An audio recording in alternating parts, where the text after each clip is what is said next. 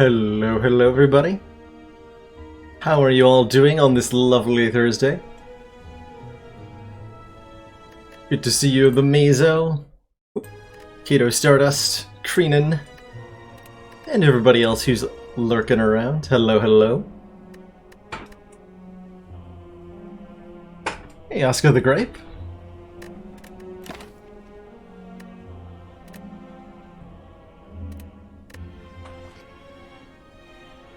I've had a pretty good week of Spire so far.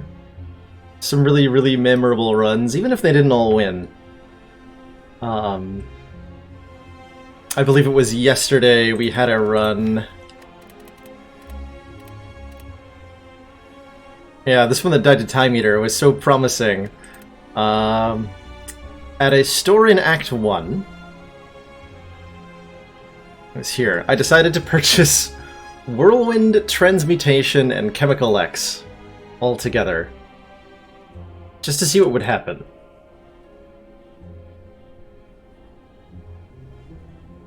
Yeah, Marduk, Jinfizzes, Magnan. Hello. And what turns out happens when you have an upgraded Transmutation and a Chemical X is that you kind of get bailed out of a lot of situations very suddenly. Like we fought against Collector, and the turn we played Transmutation absolutely turned the fight around in a really big way, so that we were able to come through and win. Commander, one of our most valued supporters, says continued support of the XCOM project. Tom Gather Icon! Thank you so much for those 7 months of smooth radio voice before bed. Glad I could be here for you, Tom, and I'm glad you're continuing to be part of the community. Thanks for being here, and thanks for watching. How's it going, DJ Dragonflame? Commander, one of our most valued supporters, says continued support of the XCOM project. Grindcore Joe hitting it up with the 6 months of Twitch Prime. That means shiny new badge in chat. A lot of those red badges starting to crop up, which is very exciting. Got an entrenched community here for the stream, and I thoroughly appreciate having everybody. Thanks so much for that support, Grindcore, and for continuing to make me your Prime sub.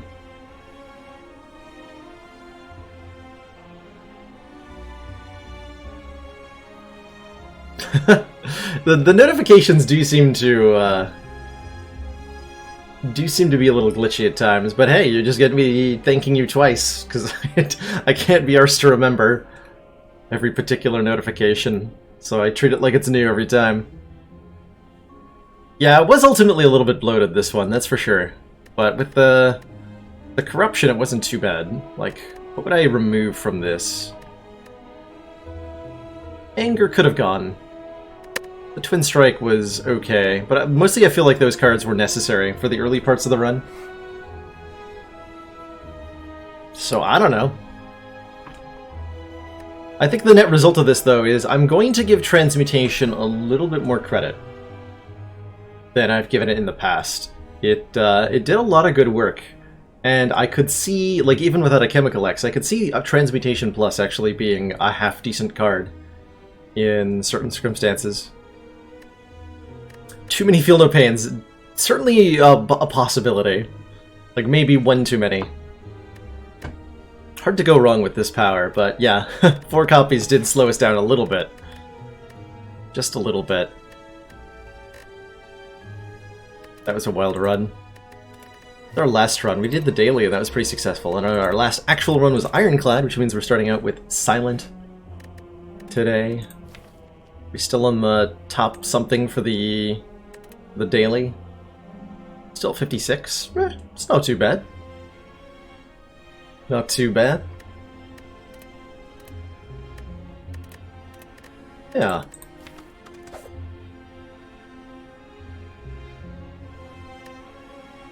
Oh, there's definitely obnoxious fume jokes in there somewhere. DJ Dragonflame. or a crippling cloud. Like, there's definitely some jokes you could be making with the poison cards. It's real hard to resist common relics.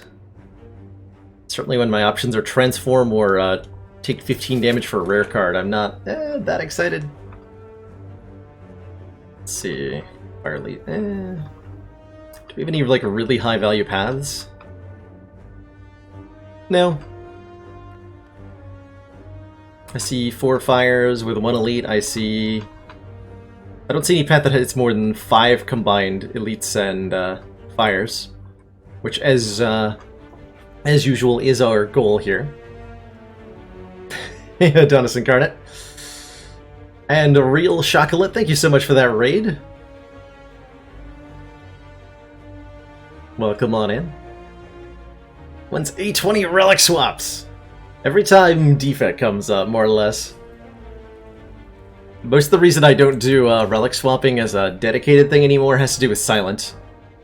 Who, as it turns out, I really, really like the Ring of the Snake.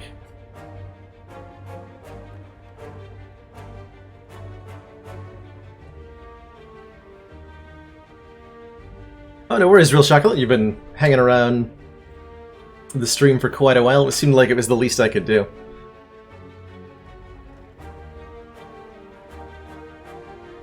So I think I'm going to grab a common relic here, and we're going to let what exactly it is dictate my strategy. Hopefully it's like a bag of marbles or something. Strawberry. Okay, so this was secretly a 7 max hit point start. I'll take it?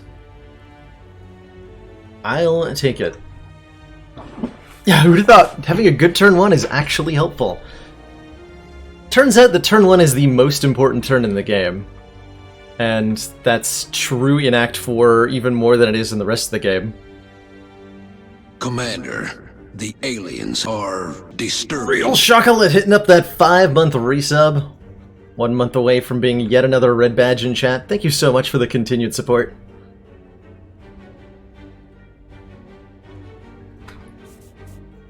Store? Store. Wait, who's our boss? I didn't even look, did I? Slime boss, okay. So we should be keeping an eye out for any good opportunity to pick up any sort of area effect damage. Like a Noxious Fumes, Dagger Spray, all-out attack. Hell, even a 1,000 cuts if we find one would be a good take. Turn 0 is the most important turn, that's right. The last turn of the previous fight. Actually, sometimes the last turn of the previous fight is more important than turn 1 of the actual fight, if it involves setting up something like Pen Nib or Incense Burner.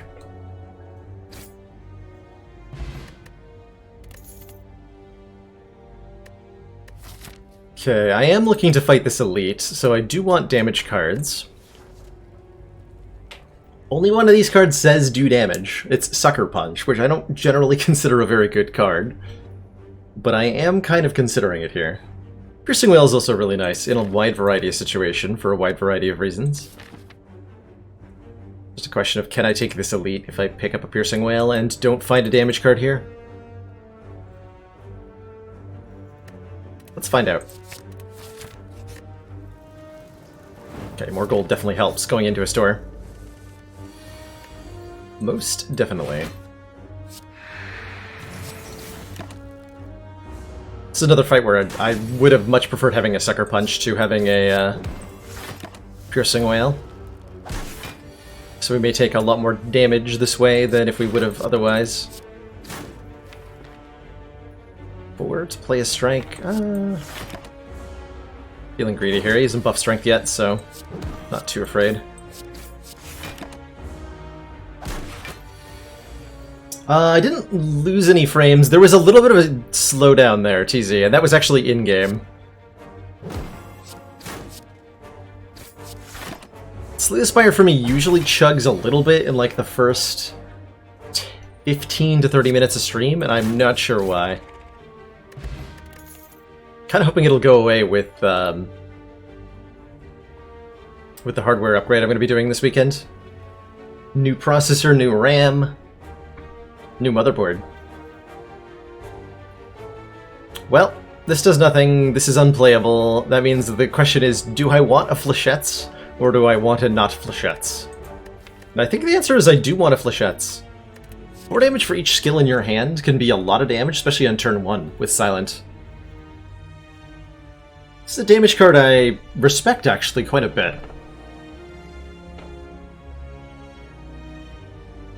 And I've been kind of missing the opportunities to take it. Ooh, speaking of opportunities to take things, there's some sweet stuff in this store. Aw. A lot of things that cost 55 gold. Interestingly.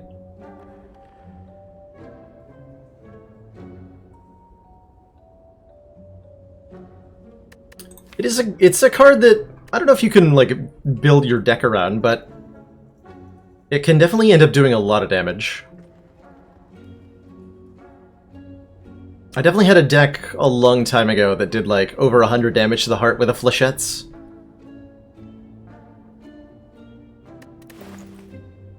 So yeah, we're offered a pen nib here. Every 10th attack we play deals double damage. That's pretty good.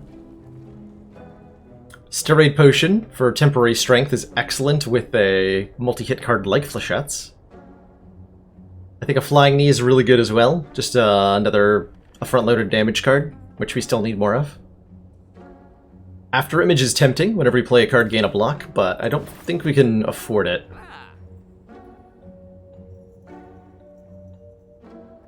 Because we need at least one of the damage options being presented to us in order to beat the elite fight that we're going to jump into here. Certainly we don't have the damage to take this more aggressive 3 elite path, which I might have considered if something had gone horribly right. Like we had a Glass Knife plus suddenly. I might think about it. Buy the Juzu. But I won't get screwed over by the question marks like that one run yesterday. When I didn't buy the Juzu. I want the pen nib. Problem with the pen nib is I can't buy the Flying Knee to go alongside it, so I'm thinking maybe Flying Knee, Steroid Potion, Remove Strike.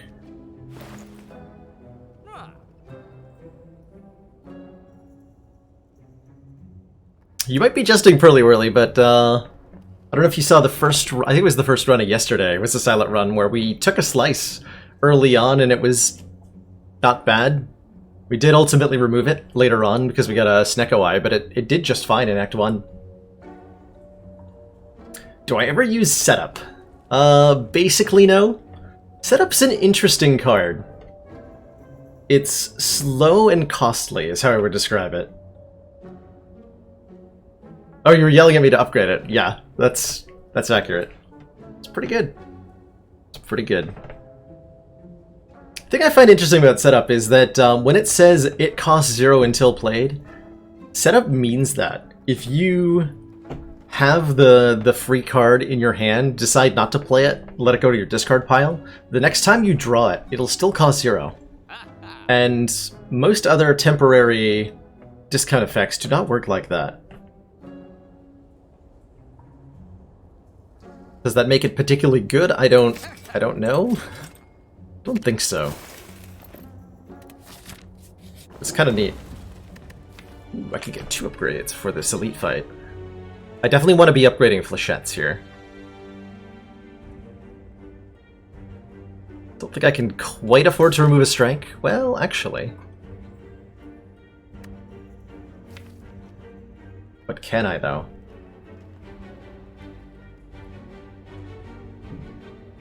If I transform a strike, it's a lot of bad cards in Silent. Just thinking the thinner I can get this deck, the more I can play the flechettes for a lot of damage. Maybe I just go flechettes upgrade, neutralize upgrade, and be happy with that. That seems reasonable.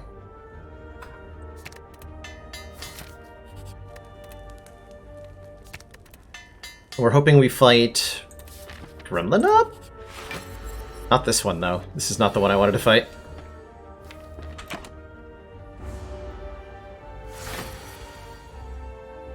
Two skills. Okay, this is an acceptable turn 1. Getting 4 hits in. I'm not going to get any better than that. Let's use our potion here.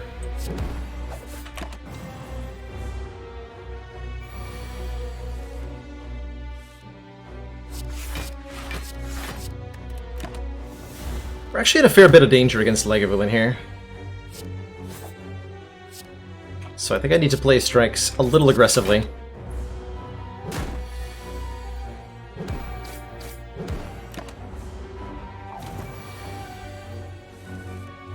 Because our multi-hit attacks don't hit very much after a debuff here.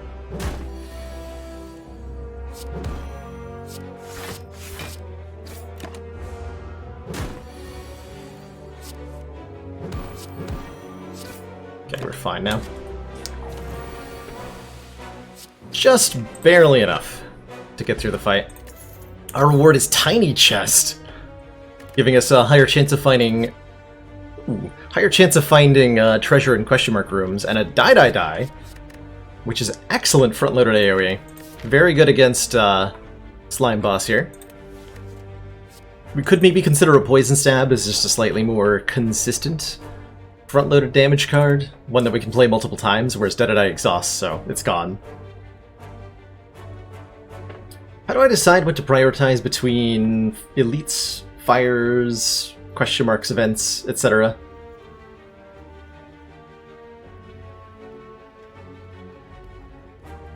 Part of it depends on the Ascension. So generally speaking, I'm looking to optimize the total number of combined elites and fires, since those are the highest, the spots that will enhance your deck the most. So we could say the highest value spots on the map. Upgrades are very good, relics are very good, and the golden card reward from elites is not to be neglected either. I think it's actually really important to mention how the relic is not the only thing you get from an elite. Jorbs described the other day, he said that, and I think I agree with this summary, that the relic is approximately half of the value you get from an elite, and the other half is, you know, sometimes higher rarity cards. Note, we beat an elite here, we're getting a relic, sure, whatever. But more importantly, actually in this case, this relic is not that helpful, but this die is very helpful. So you can't make an equation of one relic to one elite. They improve your deck in quite a few ways. Within the confines of optimizing fires and elites, so I was looking at a couple paths here. I've got this 4 campfire and 1 elite path up the left side that I chose to take. And I've got this 3 elite and 2 campfire path if I branch to the right here. And the reason I didn't go for the right, even though I think the right path ultimately makes us stronger, I'm pretty sure the right path gets us killed. Because, like, we would be at 18 health here. Then we rest, then we potentially die at the next elite, or the one that follows. So that's the basic summary of the prioritization. When it comes to elites and fights, the question, or like stores, the question is, what, especially in Act 1, what is going to help me get my deck stronger in a way to tackle the challenges I need, while also not taking too many of my hit points away? In Act 1, the first 3 hallway fights you face are from the so-called easy pool of enemies. Stuff like Jawworm, 2 Lice, Tiny Slime, and a Medium Slime. Fights that are relatively easy to do, even with the starting deck. Beyond that, you enter the hard pool of enemy fights in Act 1, which includes things like the 4 Gremlins fight, the 5 Slimes fight, Slaver plus Slime. Some of the really nasty fights that can absolutely murder you if you go into them unprepared. And so taking more than 3 hallway fights is a risky endeavor in the first half of the act, which means a path like this 5 fight into the elite path, this path is probably a suicide.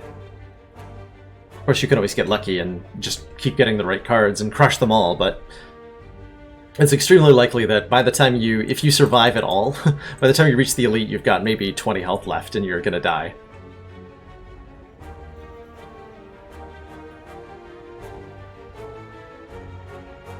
Fights are important, especially early on, because they give you card rewards, and those are, you know, the fundamental building block of the deck. Whereas events do not give you cards. They give you sometimes removals, sometimes upgrades, sometimes relics. Hard to know. And so usually my evaluation between fights and question marks is, how badly do I need more cards?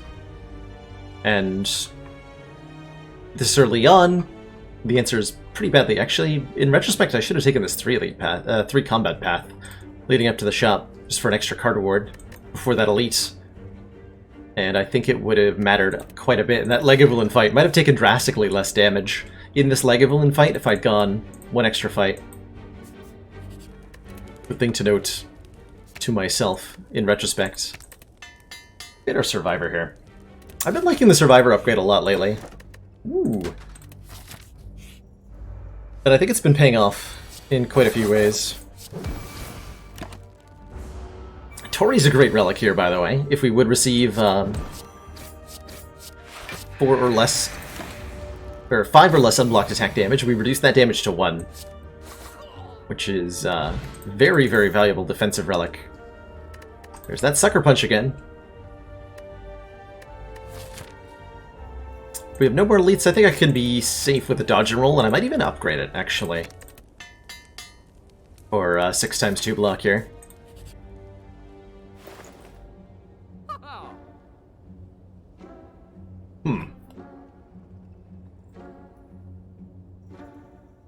Well, Well-Laid Plans is great.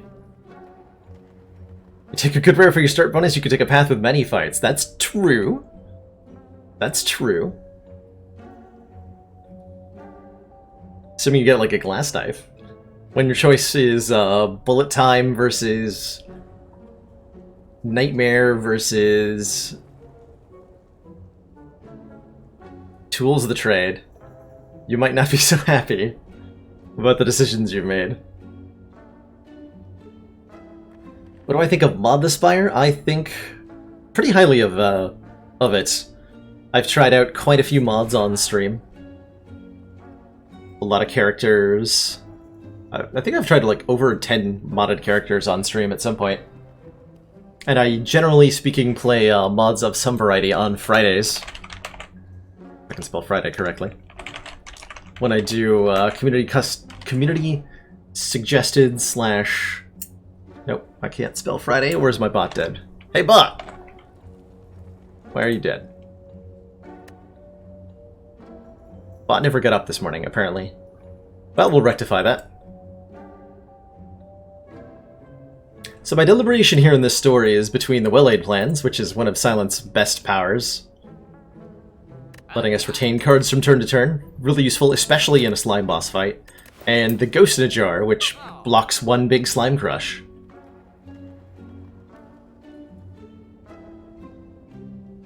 Alright, there's our bot is now alive. Hooray! There we go. Yeah, Flechettes is also made a lot better with Well-Laid Plans. I think I'm gonna grab that, and we're gonna figure out how to avoid the slime crush some other way. Event first? Event first. The event was secretly a hallway fight. Okay, Piercing Wail this turn is going to be very valuable, because they're both attacking me guaranteed. For a lot of damage.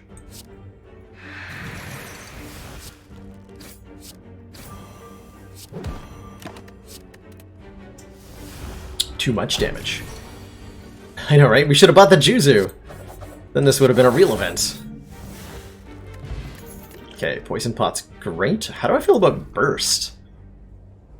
It's not that good now, but it'll eventually be very good. Especially given that we already have the Well-Laid Plans, so we can guarantee that we can burst Piercing Wail or burst Dodge and Roll. Alternately, Finisher is good. Finisher's like Flechettes, except with attack cards instead of skills.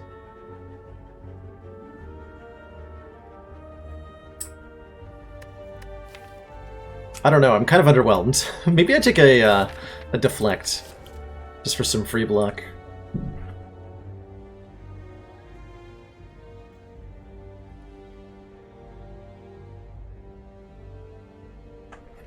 Realistically, Finisher most of the time is like 12 damage. We do need more damage. Grab the burst here. Let's see how that goes for us.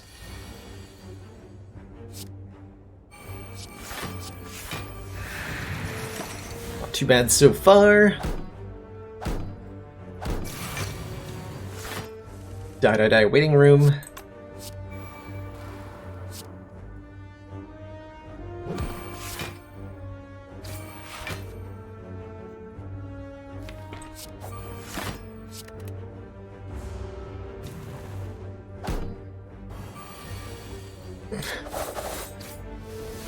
Ideally, you throw them away on turn 1, Jin. Do I take a Sucker Punch? If I'd taken a finisher, I might have been forced to take this Blade Dance. So I'm glad I didn't. I think I pass and rest. And hope.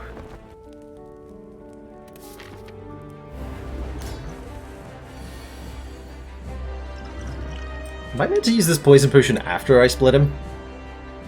I might be.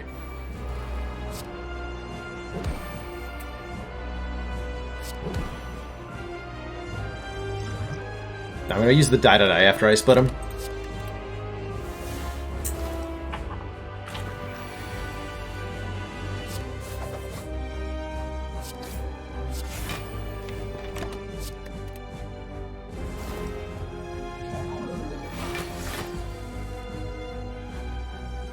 Let's see, 93 minus 18 is exactly 75, so I can split if I want to. It's just gonna be a horrible, horrible split. Let's not do that.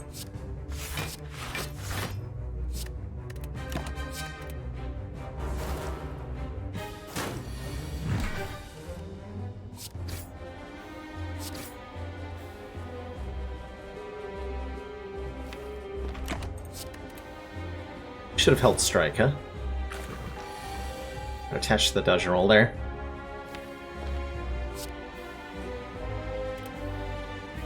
Okay, this is probably about as good as our split is gonna get. Alright.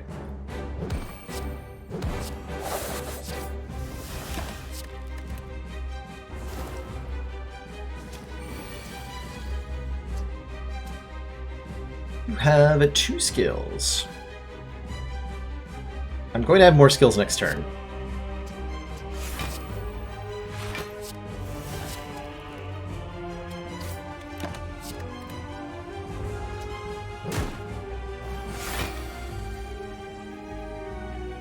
I have 3 skills. That's slightly more skills. And now I die.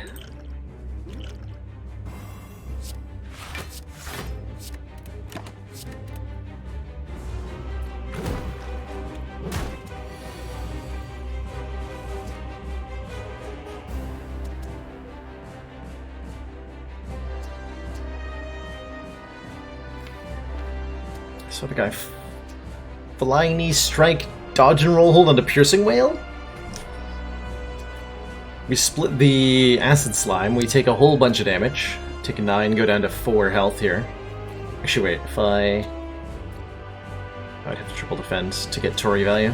What if I piercing whale? That'll take 1 damage. I got a worse split on the acid slime, but I think it's worth doing. For the extra health savings. And we die. And then we die. Oh, I am actually just dead. Alright. I would call that pretty predictable as a result. We didn't find any renewable AoE. We didn't find particularly good damage cards. There were probably things I could have done to improve my odds, but I don't know how we were getting out of getting out of Act 1 in that situation. I'll take it as a lesson. Rest and hope. It's only as effective as thoughts and prayers. Alright, Defect, what do you have for me? I don't really care what these options are. I'm gonna click Boss Relic. And we have a empty cage. On pickup, remove 2 cards from our starting deck. I would call this one of the worst relics to get for a swap.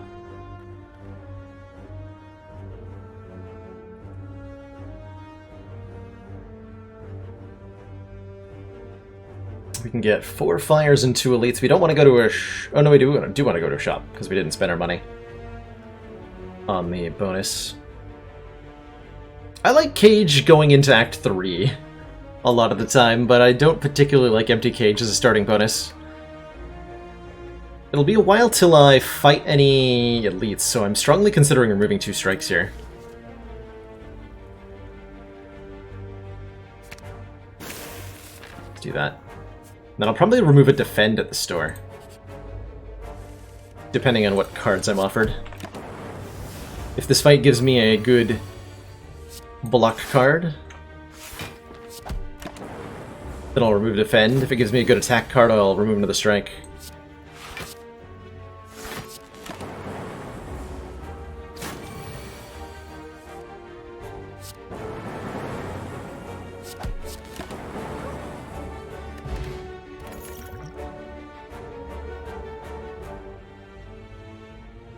What do I remove if I get a defragment?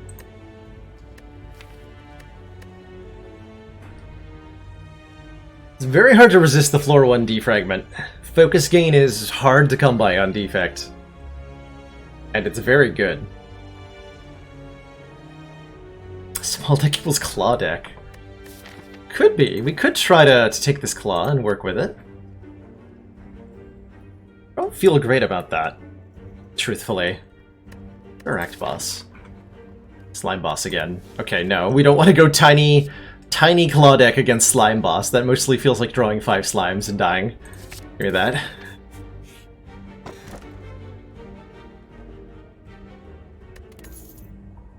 Card removal service now always costs 50 gold. Interesting. Very interesting find before the first shop, after 2 free removals. Very interesting.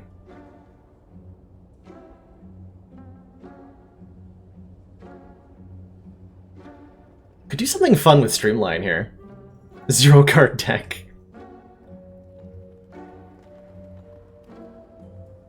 Cool-headed would have been really nice if we had a claw.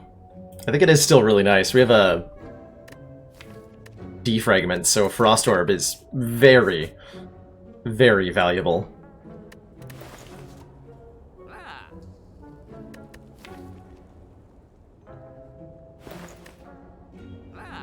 Cool-headed, remove defend. I also like Sunder. Yeah, Sunder is good here, Pearly Whirly. Sunder is a very beefy damage. Does a really good job of chunking through early game fights really well. Hey, Chronometrics. I'm upset about these gold-plated cables being unaffordable. I don't think I should turn down a Frost Orb. And I don't think I should pass up opportunities to remove cards, either. I want that Hello World. Ooh, this might be a situation where... I did mention yesterday that I'm starting early tomorrow. That's right, Real Nitzilla. Our Friday stream will be at our early time, noon Eastern Standard Time, instead of the usual 4 p.m. Because I'll be seeing Detective Pikachu with friends. And we're doing like a restaurant or something beforehand. I'm excited.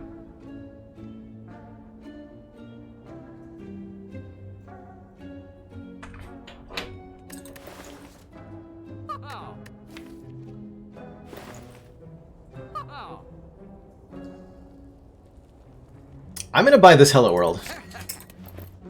I think this is the situation where this card is good.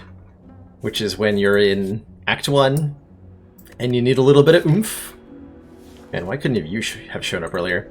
You need a little bit of oomph to get through elite / boss fights. You just don't have.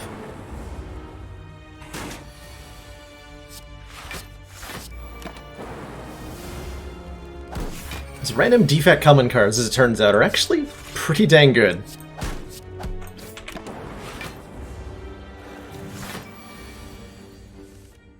Case in point. Thank you for the leap. Hello World. 12.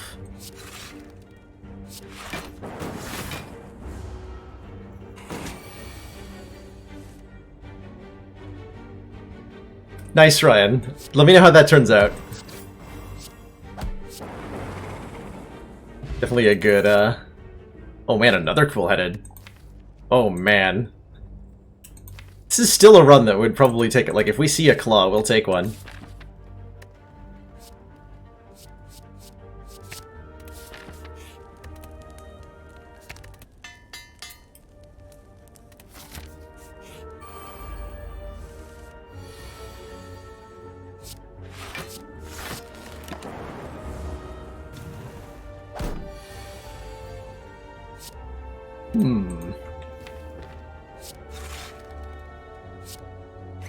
Ow.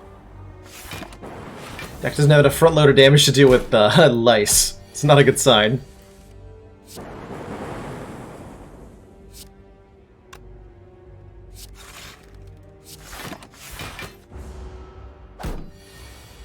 Hey, BB Tech.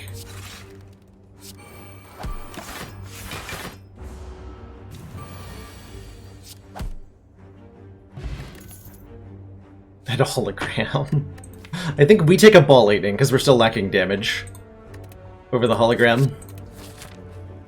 Ryan Hunter's Wild and Wacky Claw deck would have taken a hologram there.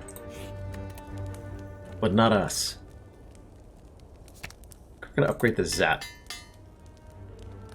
Make that a little bit more playable. Regal Pillow is appreciated. When we rest, heal extra health.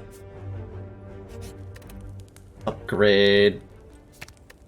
Extra card draw. And be a little bit upset about this fight.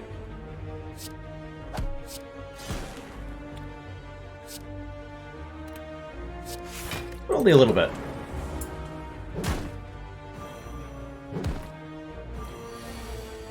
You don't know how to feel about the Hello World, that's fair. It is, at the moment, a little lackluster. But it will get good, I promise.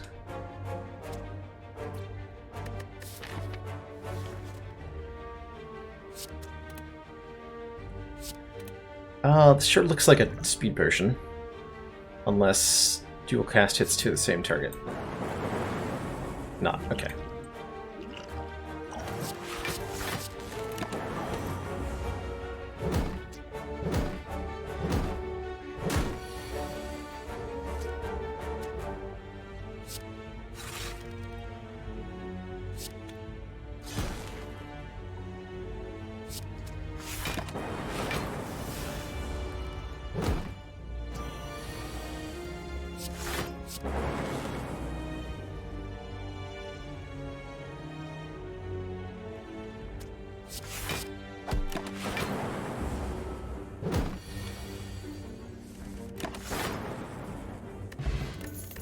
Gambler's Brew is appreciated. A little bit better front-loaded block is also appreciated. Another hologram, by the way. So while this deck would have only one claw on it, it would have 2 cool-headeds and 2 holograms to play the claw. That's pretty absurd. That's pretty absurd.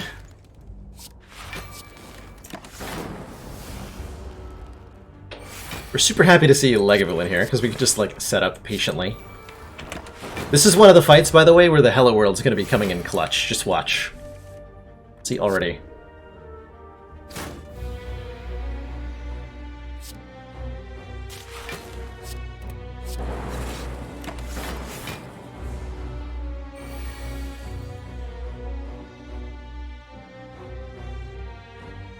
Let's see. Currently blocking 8. This is 7. This is 7.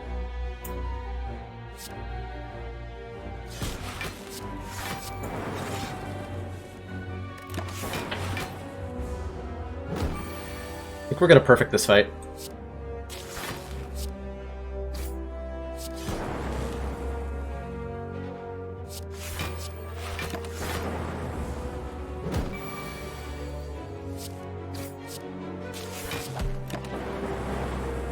Smooth. Yeah, Reboot used to be 5 to 7 cards. It's a lot worse ever since the nerf, that's for sure. Oh man, another ball lightning? Hell yeah. This deck wants some damage. Actually, a go for the eyes, though, with 2 cool-headed?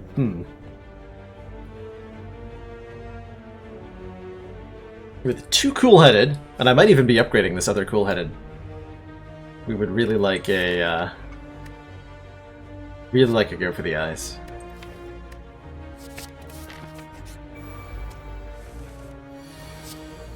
And I suppose the rebound synergizes with the Ryan Hunter's Claw deck, too. Kill Acid Slime first? Big ol' question mark. Go for the balls. I think it would stun the current target, making them lose their turn.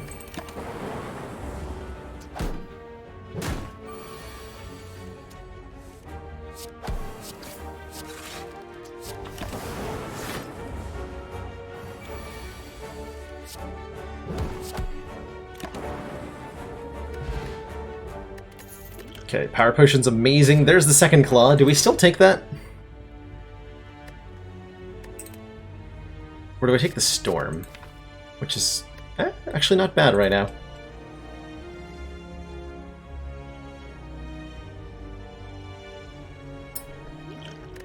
We don't have any holograms or anything. This could be a skip. I would be okay with a skip here.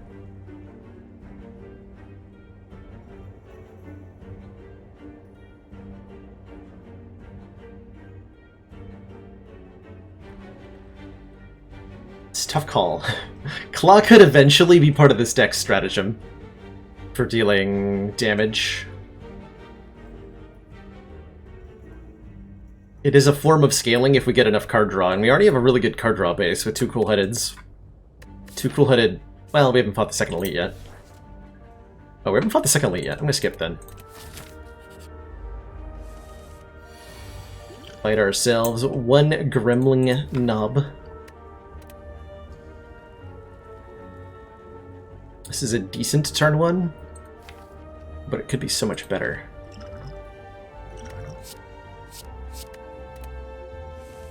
Yeah.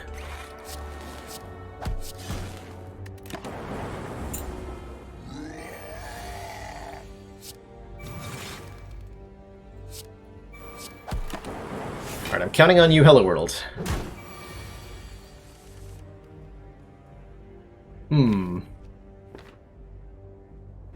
All of my damage seems to have been at the bottom of the deck this cycle through.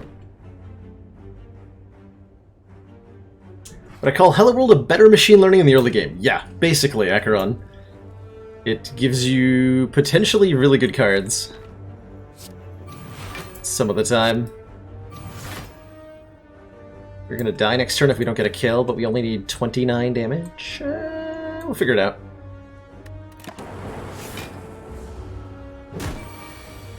Hey! Ball lightning off of Hello World. Actually enough damage to kill with that. Hello World just saved my life. That's fact.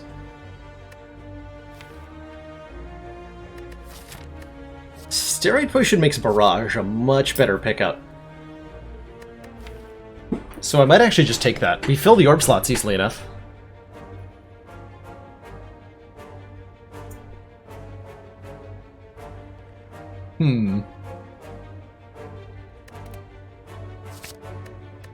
Bottled Flame. Pick an attack to start in our opening hand. We could have a Bottled Ball Lightning if we wanted one, which is mediocre. Mediocre. Might be a skip. I think this is a skip. Could have had a Bottled Claw.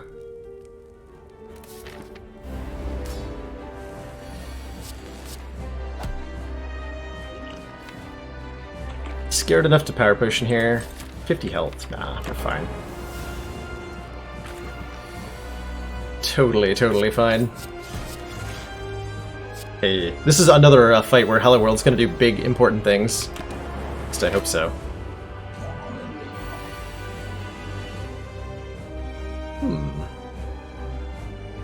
Hologram. Somebody said something about watching Hello World give us Go for the Eyes on the Slime Crush turn. And I'm pretty sure it just did that. Because we can hologram for it.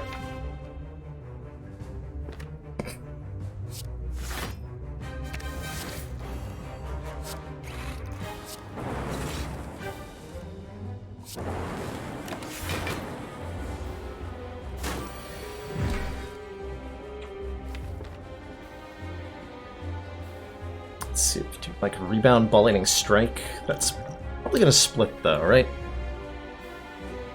If we ball lightning, he'll be at 80. Yeah, if we just ball lightning, he'll be at 80. Okay.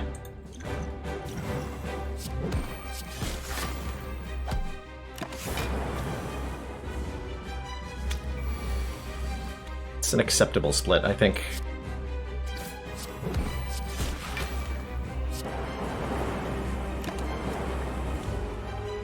Work lightning orbs. Is that the same ball lightning? We've been playing this so many times.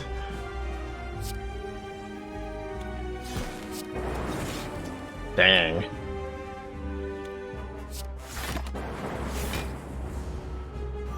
Lightning is on point today.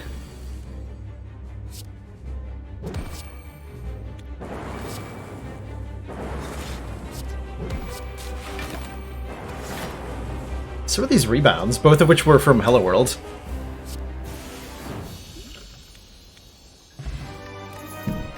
That was definitely a lot smoother because of Hello World. 100% chance. There's an all for one. Oh man. You should rerun the seed, Ryan. There's an all for one. That's pretty exciting.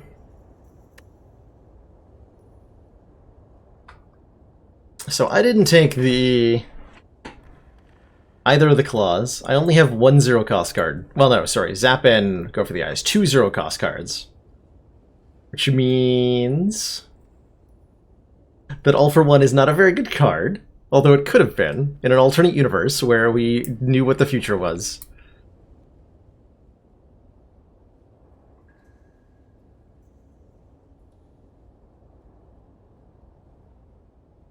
But instead of being a claw deck, we decided to be a Hello World deck or something.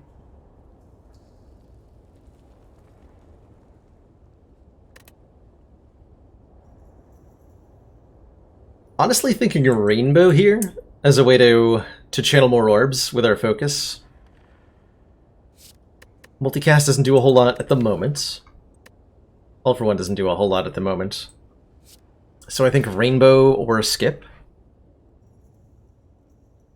For Hello World deck, do we take Aggregate? Now you take Aggregate in a Wild Strike deck, because then you can fill your draw pile to get energy with wounds. Take a rainbow and somehow hope that, oh my, these are my options?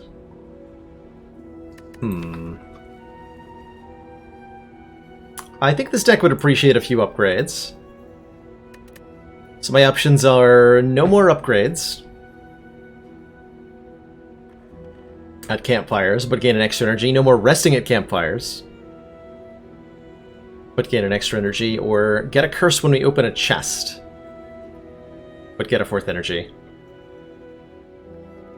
We do get cheaper removals thanks to Smiling Mask, so the curses aren't too bad. The upgrades we want are the other Cool-Headed upgrade, the other Go for the Eyes upgrade, and since we're doing like orb things, we want to be able to upgrade any loops we find, any more defragments we find, any capacitors we find, any bias cognitions we find. And Barrage probably wants an upgrade too. These are all good reasons to want access to upgrades.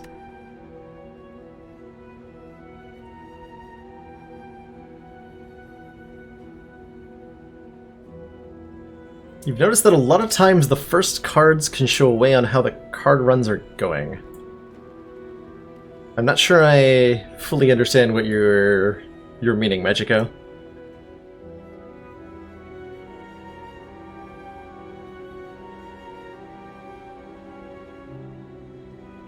I think this is probably a cursed key take. This deck gets gorgeous if we can remove, like, 3 more cards. But I'd rather have the upgrades.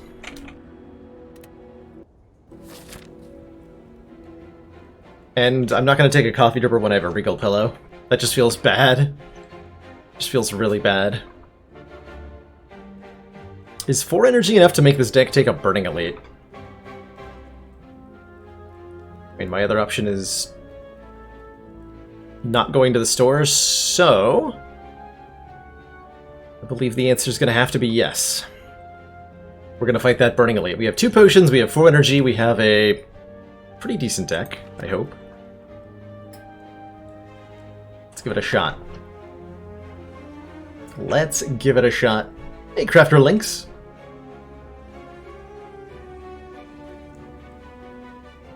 I like the one chest. Literally only one option. I like that. We get to remove the curse almost immediately, so we're going to open that chest. And probably take the blue key there.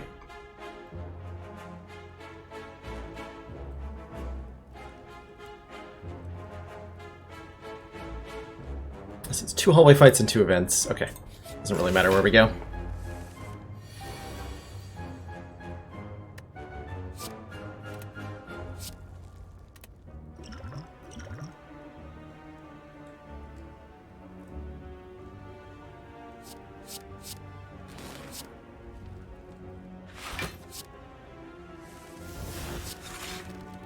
Luck cards.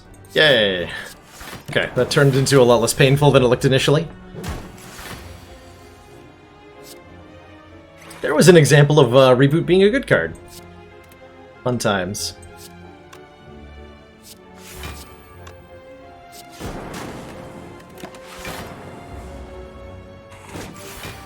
So, for example, this run could have been a claw run for sure with the all-for-one boss reward.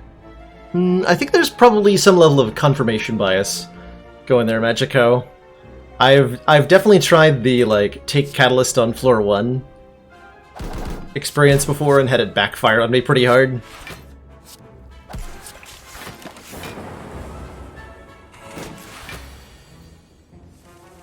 Trying to expect your run to go in a particular direction can often lead to the game deciding not to humor you in the slightest, in my experience.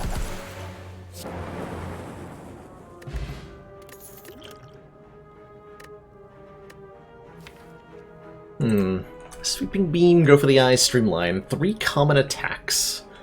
Do we want common attacks? Do I need common attacks when I can just get them from Hello World? This deck would appreciate a Sweeping Beam, actually.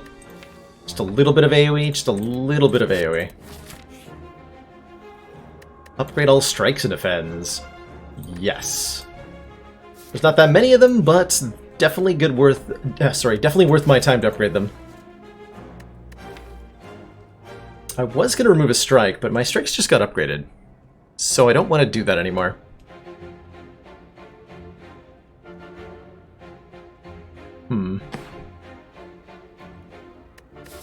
Yeah, we can crack this open, see what's inside, take the blue key if it's nothing good, and then remove the curse.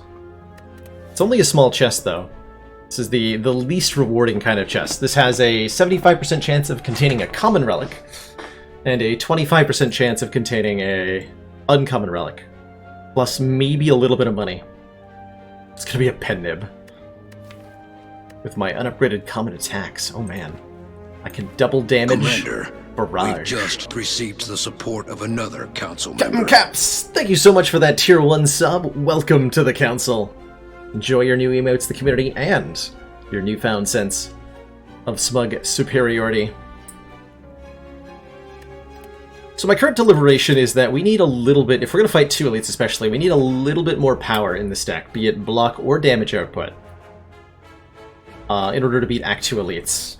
Again, an evaluation coming from like about 1,000 years of 1,000 years. Yes, I've been playing this game for 1,000 years.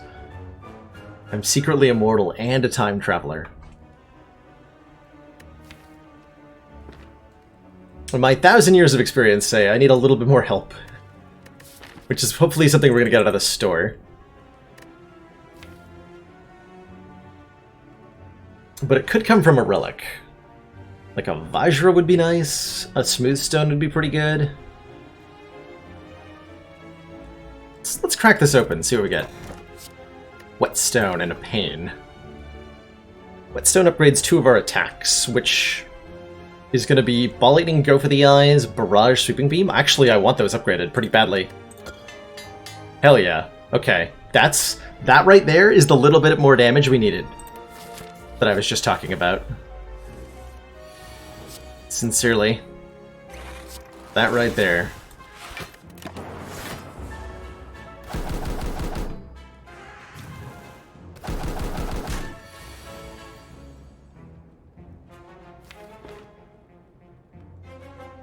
Rude.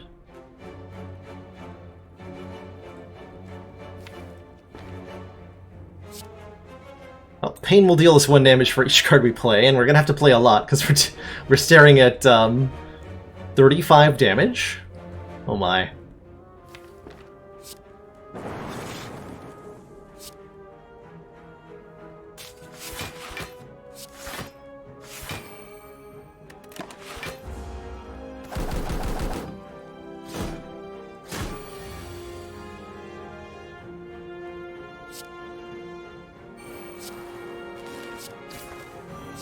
Attack the weakened one so we can hopefully kill it. Dual cast always, sorry, a Dark Orb will always target the enemy with the lowest health, so if we can evoke this, it'll guaranteed kill the 7 health one here. Or I can kill the 7 health one, and then it'll kill the next one. Like so. Okay, not too bad.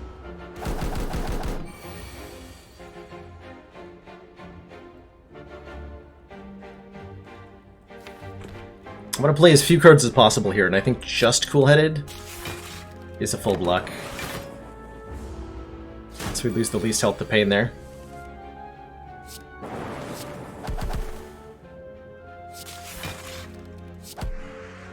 Okay, that wasn't that bad. And we're offered a Doom and Gloom. Deal 10 damage to all enemies and channel a Dark Orb. I unhesitatingly pick that up. We unhesitatingly remove Pain. We unhesitatingly...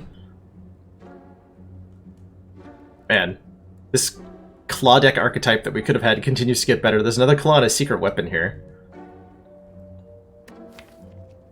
Abacus is kind of an interesting consideration. Every time you shuffle the discard pile, gain 6 block. It's really nice. It's really, really nice. Yeah, I'm up against the Burning Elite. We want to fight this, and reducing enemy hit points by 25% will go a long way towards making that achievable. So let's purchase that. I'm going to consider the panic button. I'm going to buy the panic button. 0 energy, gain 30 block.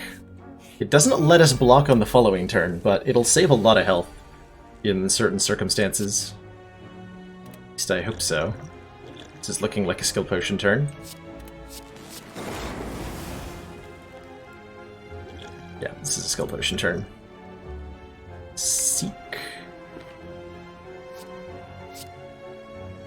Seek. Seek panic button, actually. This is the panic button turn right here. I found it. It's turn 1 all along.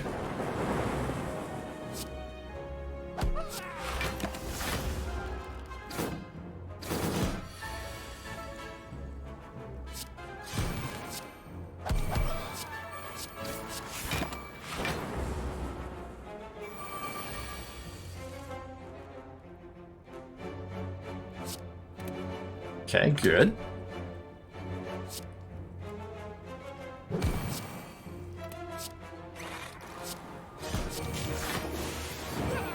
Upgraded AoE attacks are pretty excellent right now.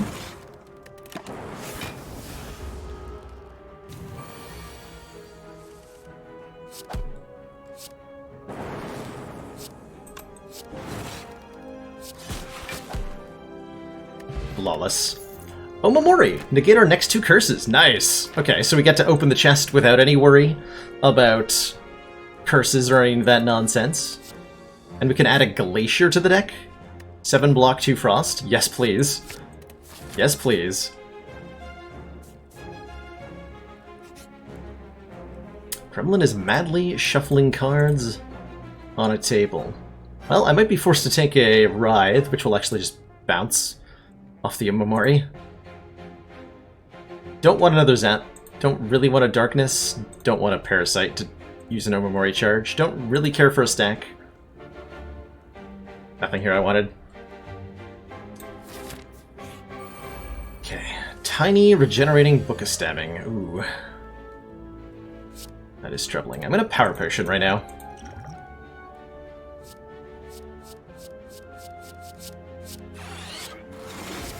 Get extra orb slots for this fight, which will help a lot here. I think we're quite afraid at the moment.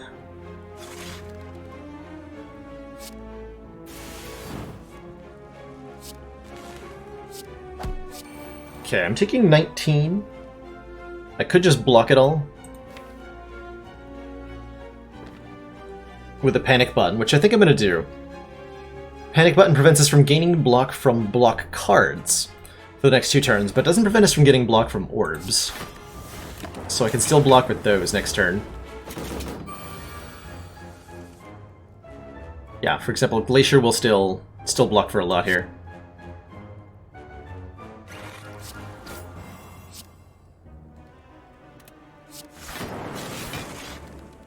In fact, we get to full block, even through the no block debuff, we're full blocking. Funny how that works.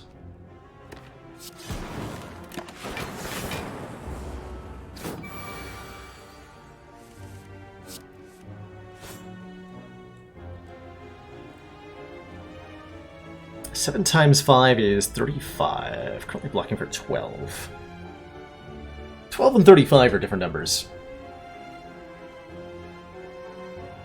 I do 60 damage, 20, hologram at 20 again, 10 more. Ooh, hold on, we're actually really close.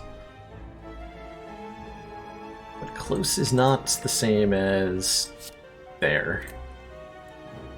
My cool-headed dual cast, not quite. If I had a 5th energy, I could kill him. But I don't, so I should block.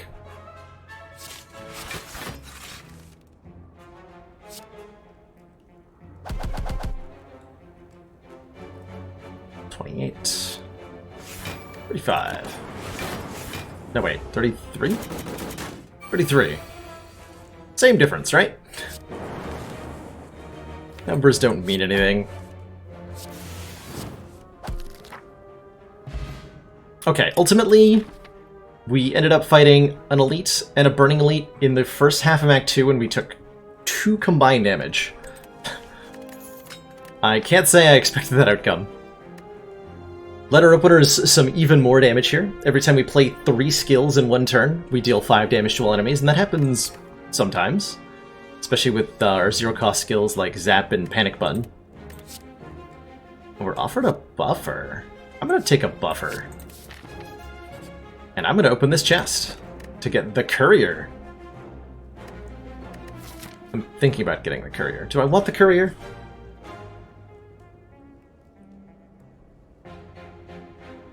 I want the Courier. It's a 20% discount at stores, including the one we're about to go to.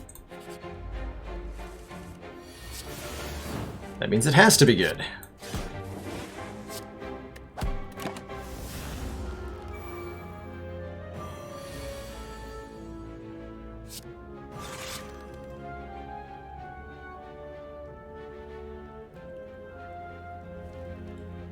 Dual cast.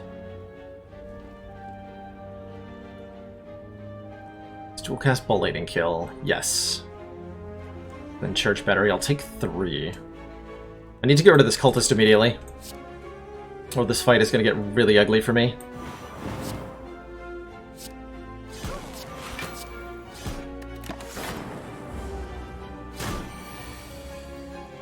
Good.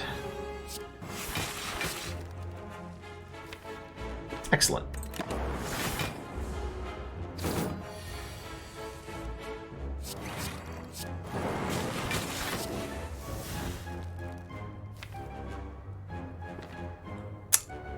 Next turn's gonna suck. There's nothing I can do about it.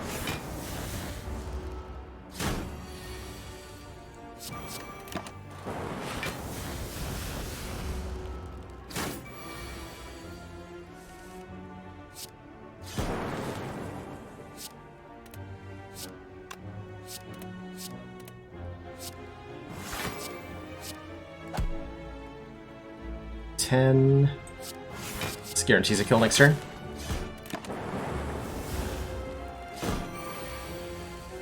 Yeah, elites is with the preserved insect. Elites are easier than Act 2 hallway fights. Absolutely, they are. Elite? We have enough front-loaded block with the panic button and the buffer, and the glacier. I think we want to be avoiding cards that are not upgraded at this point. But we do want to take a loop. Almost assuredly. This is the additional orb scaling we were looking for. At the start of your turn, trigger the passive ability of your next orb. If upgraded, it says twice. Twice is great. Twice is lovely. Twice is wonderful. I'll take it. Yeah, the membership card troll there is a little saddening, but we'll manage just fine. We're fighting one of the AoE fights. Let's take a loop upgrade here.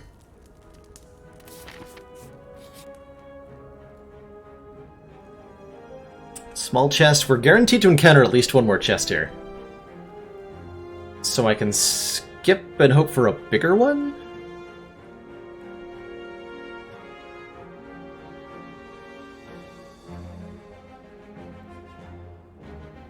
Or I can open this right now.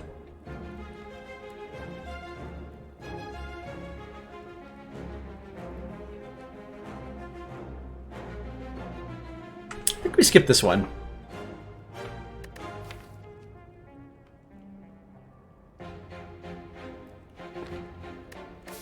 We don't gain a curse because we have Omamori.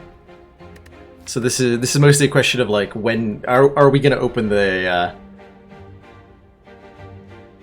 chest in the next act. I mean, we have to take the key. Yeah, let's just open it.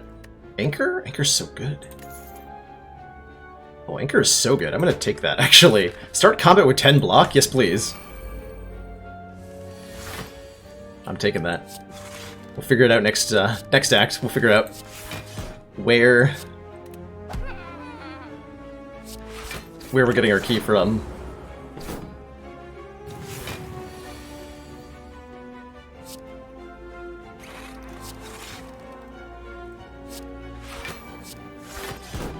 Panic button continues to be amazing.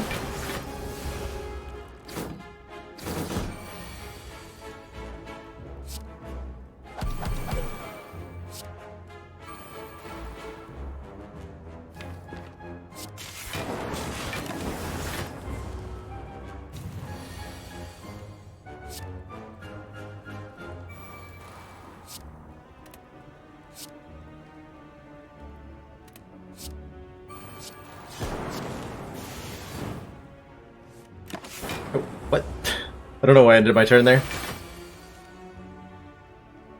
Okay, one stack of buffer means I don't need to block for too much.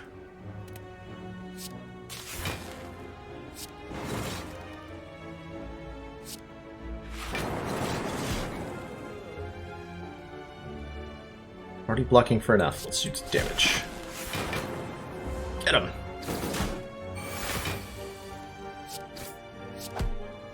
Alright, nice easy fight. We get ourselves a blue candle so we can play curses, which means potentially taking a curse isn't too bad. And wow!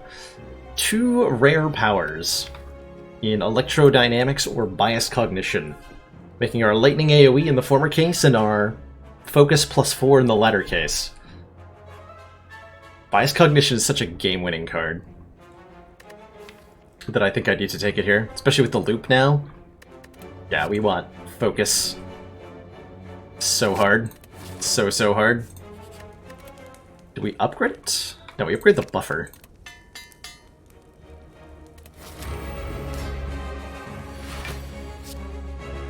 Play the buffer.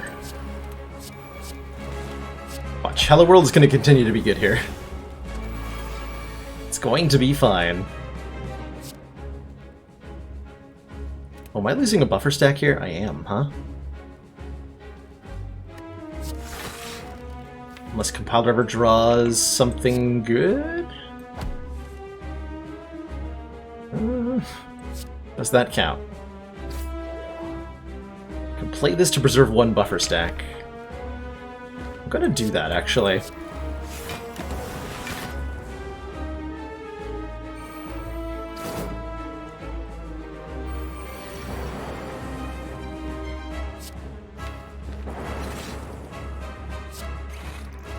Guess I can full block these guys. Because they're dumb nerds.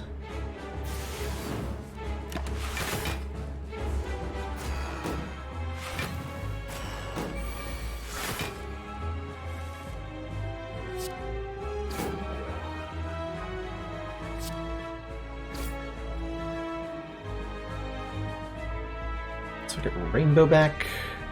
I play attacks twice. I'm not going to block for enough, though. Give the full block.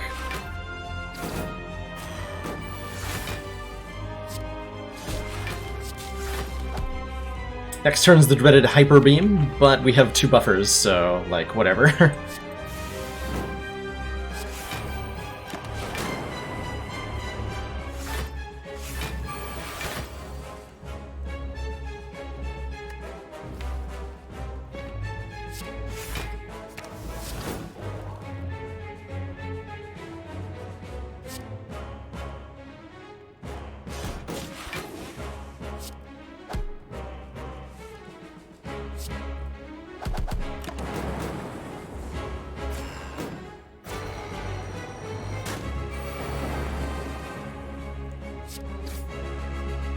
Okay, I think it's well past the point of the fight where we need to play this bias cog to gain 4 focus.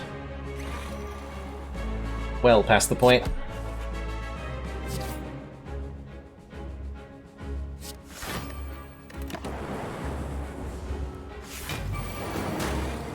Chat's calling chat a nerd?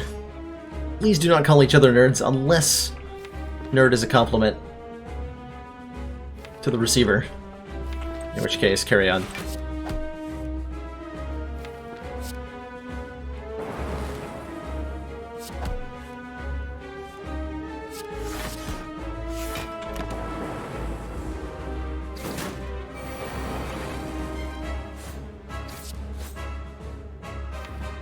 Apparently I'm playing a claw deck. Huh.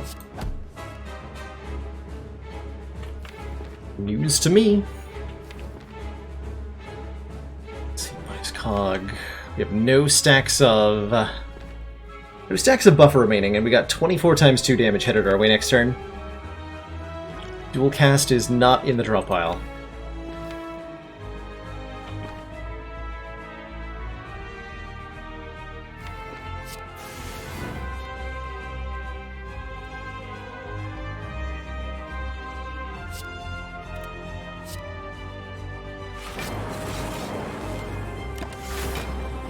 Sweet luck.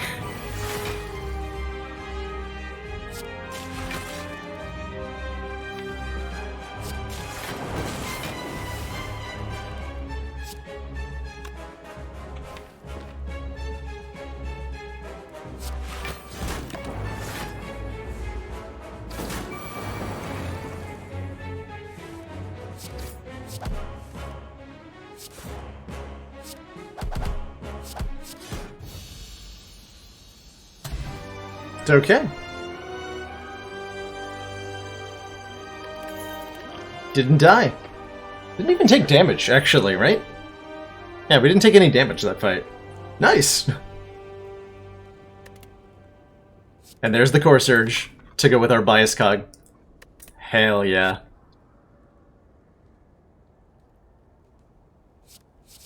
Although there's also an Echo form. No, it's gotta be the... well... Echo form, though. No, I think...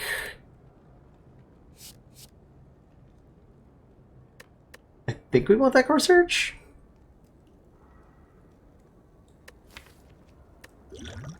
The artifact lets us block the focus down from the Bias Cog, allowing us permanent focus gain in any fight.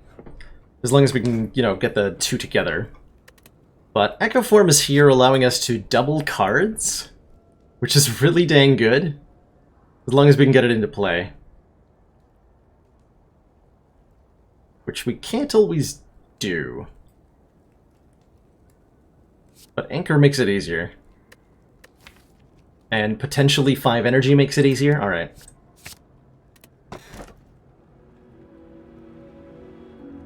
Every 2 turns, gain an orb slot. Yeah, I think I want that. This deck channels a lot of orbs.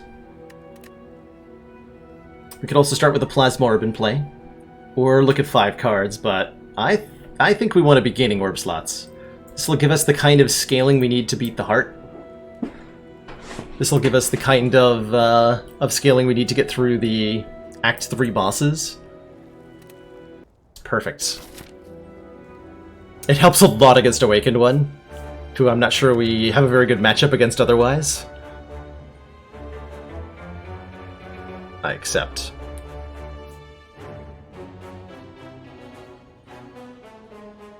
Let's see, this deck values stores a lot because of the Smiling Mask. If I go this way, we get, what? 4 fires, 2 elites, 1 store. This way is 3 fires, 2 elites, 1 store. This way is terrible. Okay, middle route it is.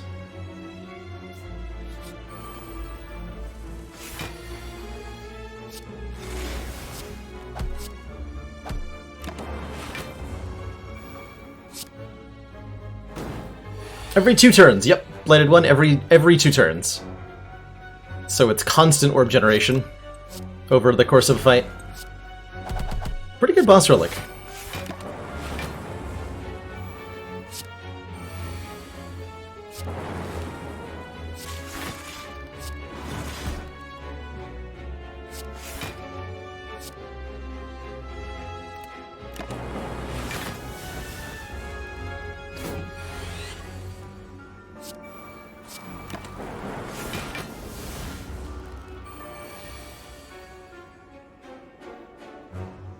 The number blue in the orb slots. I think that's indicating the evocation bonus. Let me see if I can cause them to become blue.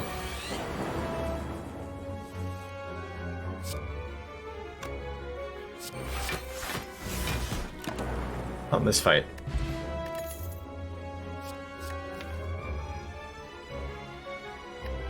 One, two, three, four. Our last 4 cards have all been powers.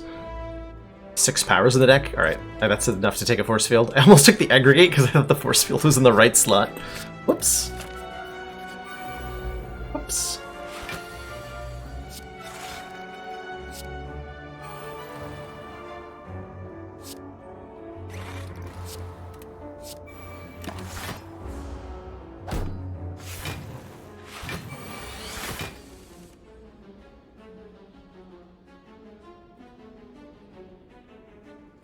Ow? 53 damage on turn 2? What? Oh my god.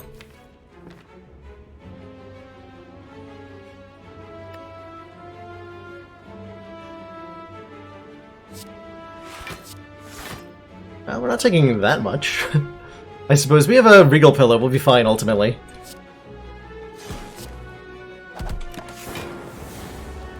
But that's a big yikes.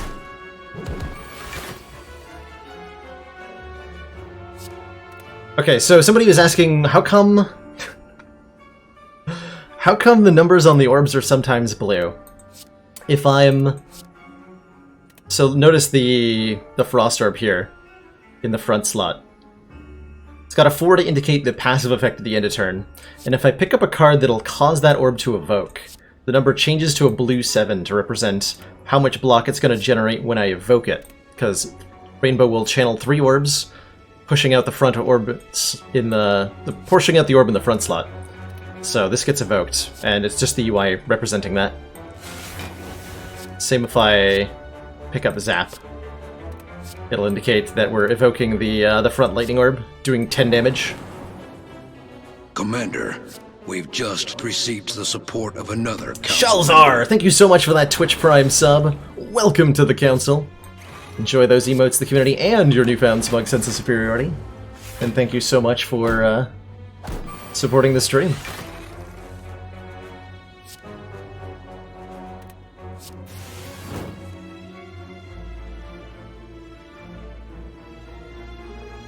This is 30 block. It's not a full block. But will be after I... Hold on, 22... 35. Okay, so it will be after I play Charge Battery.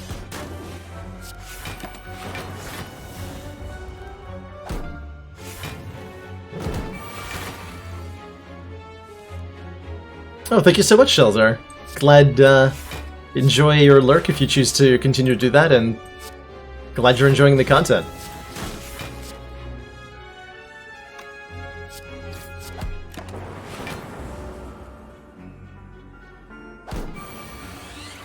Hey, we pushing. Ah.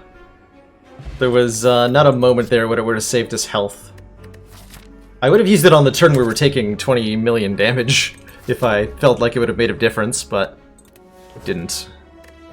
How do I feel about a white noise? Do I have enough potion powers? I'll use one more power. Keep the explosive potion in case we run into a Riptomancer. It'll help a lot in that situation.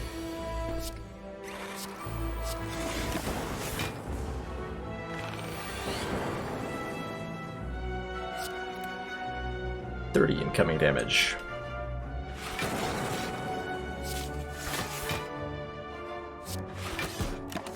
Okay, nice and easy.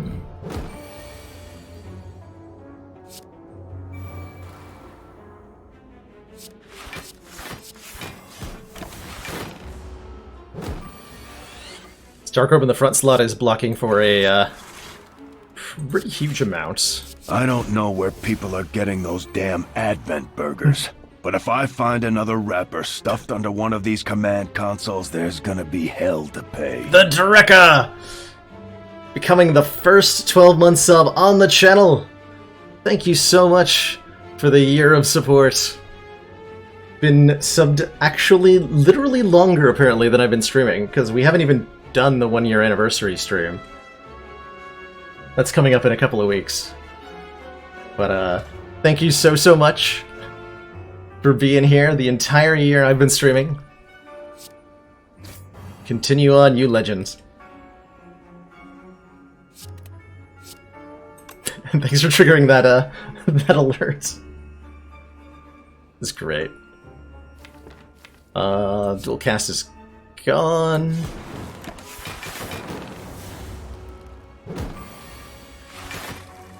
Will there be pizza at the party? Mmm. Delicious pizza. I hope so. Oh man. Yeah, I hope so.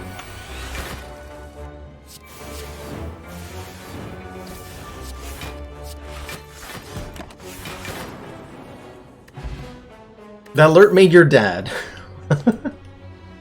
Well, I'm glad he finally came home, Jaso man. Ooh, an Ancient Potion. Ancient Potion's very nice because we have a Bias Cognition in the deck. Let's get rid of the Energy Potion. And take another Cool-Headed Plus. Heck yeah.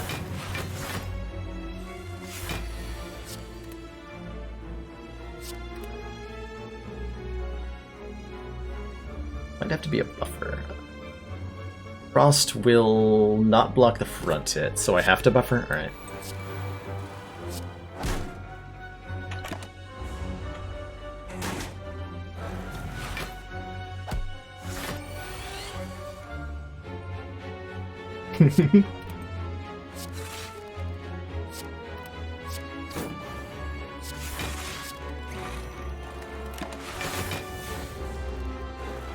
Yeah, we're definitely resting at the next fire.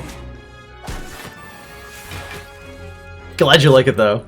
I wasn't 100% sure the alert I came up with was going to be good enough, but it seems like it was pretty well received, so excellent. Most excellent. I haven't even looked at the damage we're taking. Block in 60? That's not 60.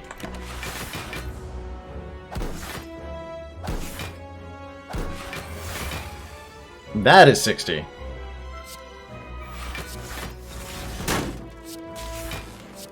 That's most definitely 60.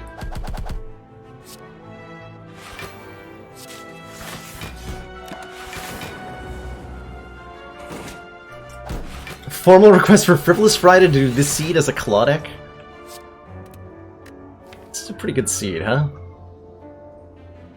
Let's see, we get the all for one. There's enough? Well... This is block in a claw version of this deck. Guess that's my main question. How does it block?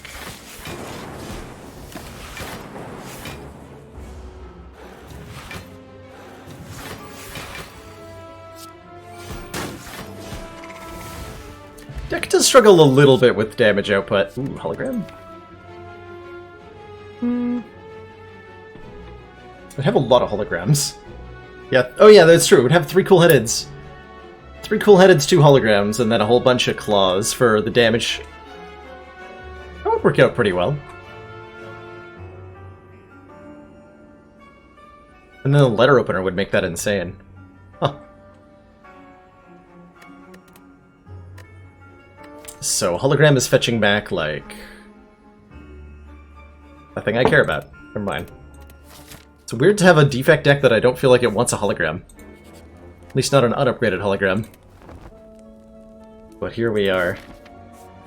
But here we are. Alright, enough of you want me to redo this as a claw deck? We can do that on Friday. That sounds great. So what is the seed here? Also, anybody who wants to try this on their own as a claw deck, here's your seed. A45, A5, C1,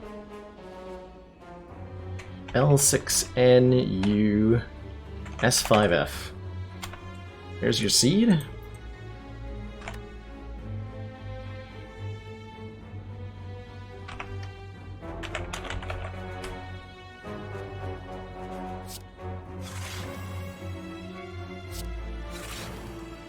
A lot of energy.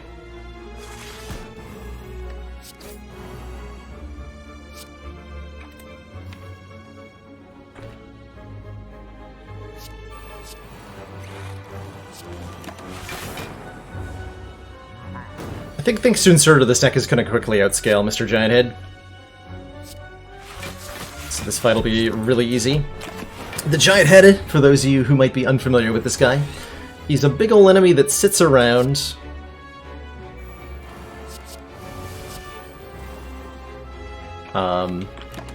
And counts down from 5 or 4 on higher Ascension. And when his countdown hits 0, he will start attacking us for massive damage periodically, or every turn, and that damage only continues to go up, starting at 40, increasing 5 every turn. So it's very much a question of, like, can you scale your deck quickly enough to deal with the Giant Head? And the answer to that is yes, I can. So I have Bias Cog, and Buffer to protect me.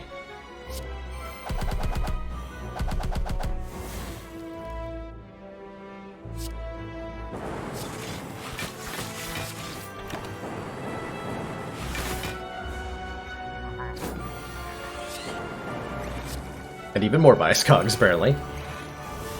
Cool, we might be losing 4 focus a turn, but what does it matter when our foe is dead?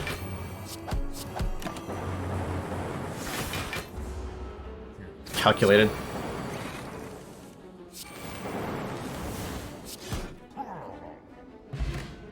Bottled Tornado.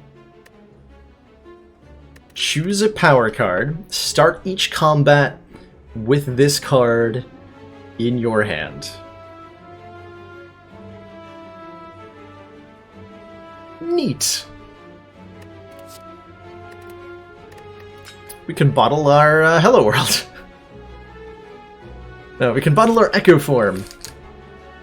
So the first card we play each turn gets played twice. Every combat. on turn 1. Beautiful. Meanwhile, Claw deck has infinite number of claws at this point. Let's upgrade the bias cog. A little bit more focus out of that. Small chest, we get a curse if we take this. I think we just skip this. No, wait, we don't have the key yet. I have to open this. Ignore what I just said. Don't panic. I'm gonna open it and take the blue key so we can go to the Act 4. Glad I looked in the corner of the screen there. Okay, we got ourselves a pain, which isn't actually that bad, thanks to Bottled Tornado here. Everybody panic! Panic!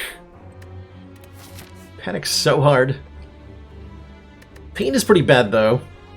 Even with the blue candle, because we have a buffer in the deck, and if we have buffer in play, Pain will make us lose at least 1 stack of that buffer. So we would like to remove it basically immediately here. I think I'm going to go this route.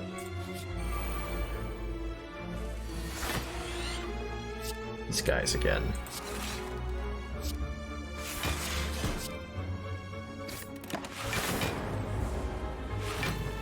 These jerks again.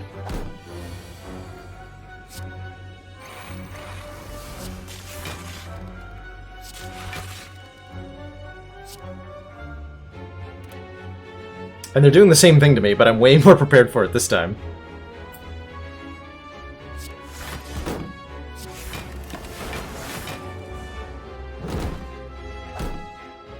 It's 52 on turn 2 again. So rude.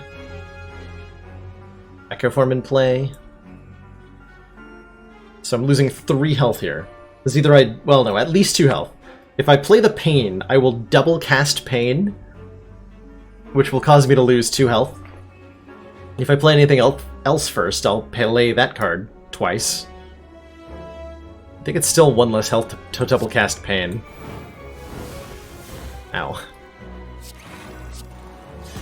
Except... it's a fun consequence of the Bottled Tornado. I dig it.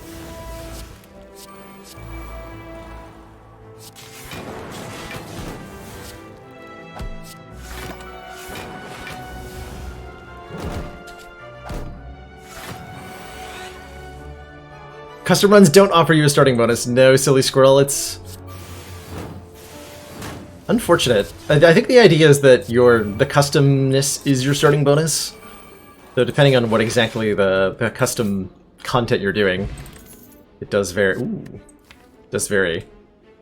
Yeah, I'll take an Equilibrium. Hand Retain's great, because it lets me set up things to echo better. It's also just a really good block card. It's our last upgrade. Hard to go wrong with a Cool-Headed here. A little bit more card draw. A little bit more card draw. Do I still do Slay the Streamer? I was thinking I might do some tomorrow, BB Tech. For Friday.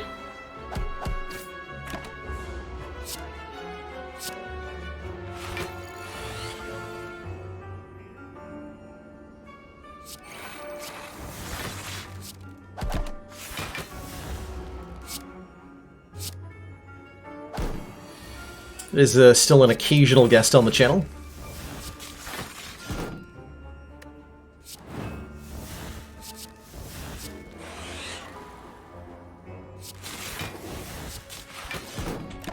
That letter opener is such good damage output, especially with the Echo Form doubling a skill most of the time.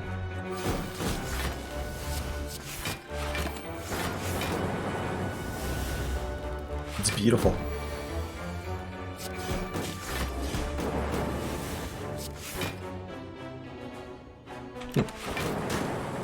Quite block enough there.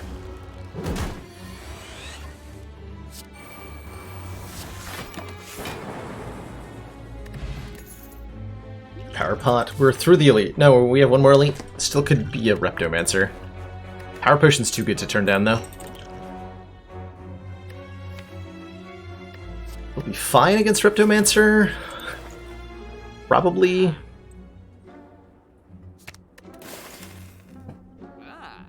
Probably, maybe. Maybe, probably. But I'd take a Blizzard if it was offered. I would definitely take a Blizzard Plus. Regular Blizzard would be okay.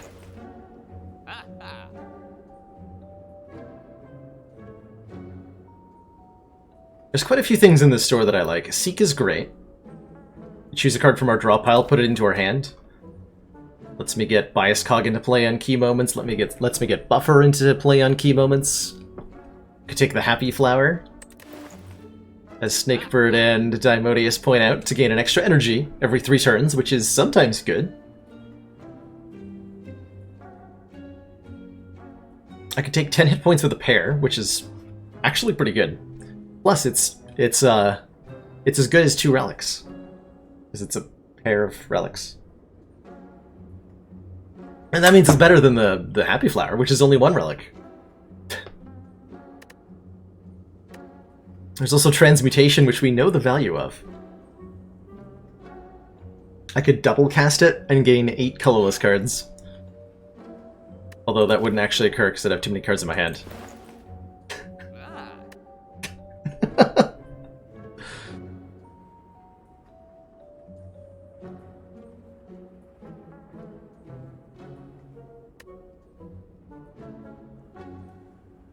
Cannot afford Seek and the Happy Flower, not quite. Damn. This deck does have a need of more energy, doesn't it? It does. There's a mango behind that flower. Delicious. Not Reptomancer. I did all that worrying for nothing.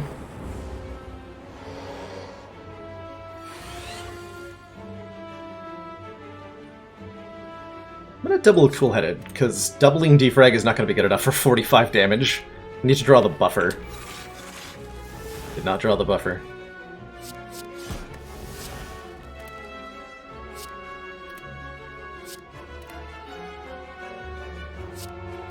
The cards are in my hands. It's okay. Alright, that'll help.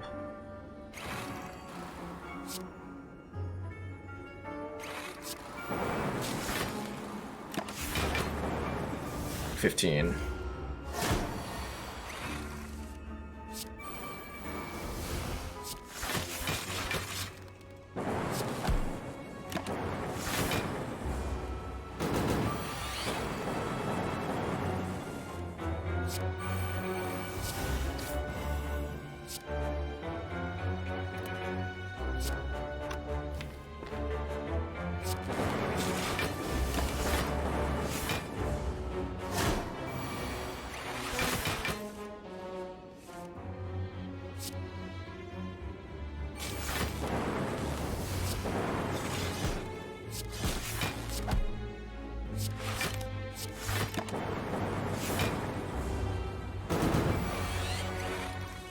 Wow. On the War Trail, Nemesis. Jesus. It's what, 3 big attacks in 6 turns? Madness. Absolute madness. Man, Recycle would be the finishing piece in the Claw deck version of this deck. I think we're okay skipping these 3 cards. We have a really solid foundation for what we need. We have to recall.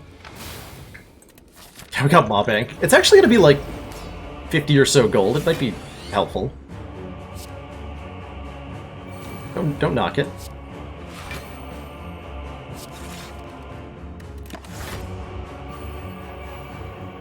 Echo Form is definitely a power worth playing. Every single power we play against Awakened One will give the Awakened One 2 points of strength. So we have to pick and choose really carefully what's going to be worth it to play and what's going to be worth it to not play. We do want to play Loop at some point in this fight, just not yet. We're not playing the Hello Worlds.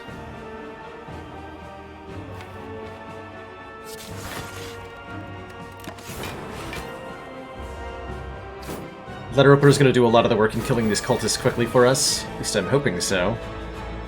Oh, crap. I may have to use my Ancient Potion and play this Bias Cognition right now.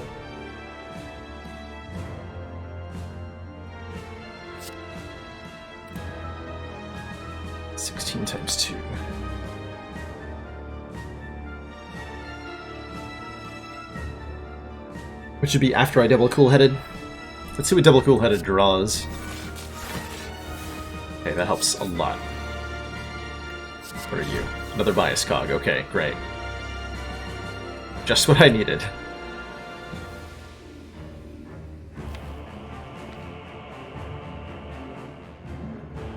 So we're currently staring at way too much damage.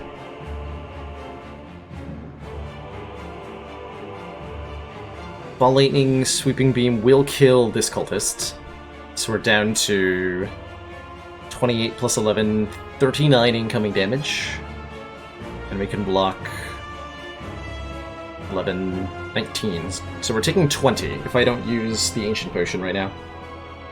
I can definitely afford to replace this potion in the store. But it's not guaranteed to be another Ancient Potion, which is pretty important.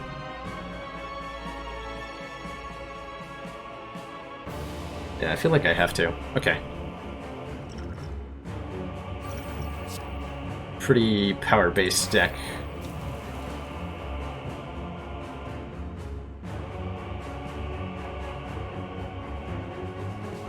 So now we're not killing you. That's not true, I am killing you. Right.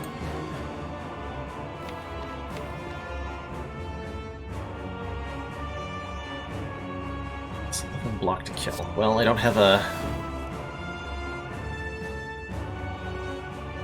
block that blocks for 11, so that's gonna be better. Still taking some damage here.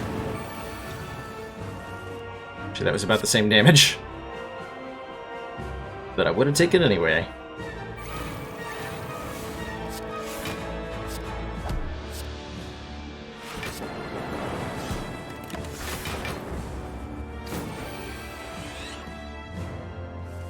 And now we're totally safe.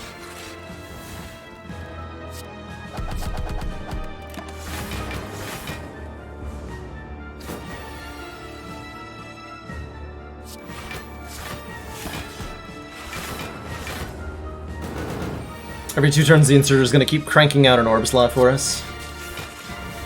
It's going to make this really easy.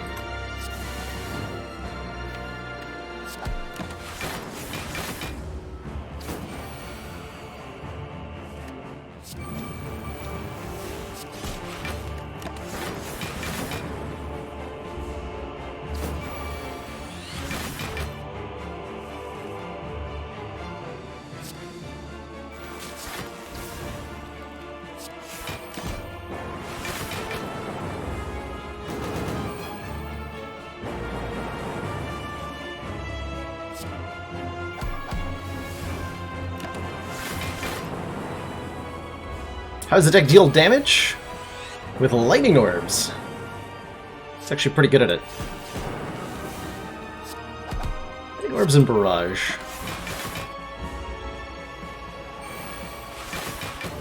You can see once we get into the later parts of a fight, the damage outputs a lot?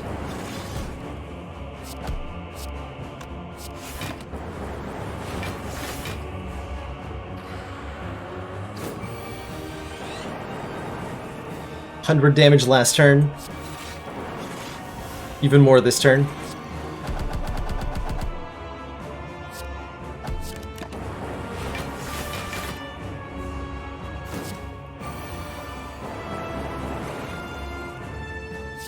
Nice and easy 3-turn kill on the second form of Awakened one. I'll take it. Alright. 30 health going into the second boss. I think both Donun Deka and Time Eater are much easier than the Awakened one. Especially with our guaranteed turn 1 Echo form, so it's not to be okay. 12. For some definitions of okay.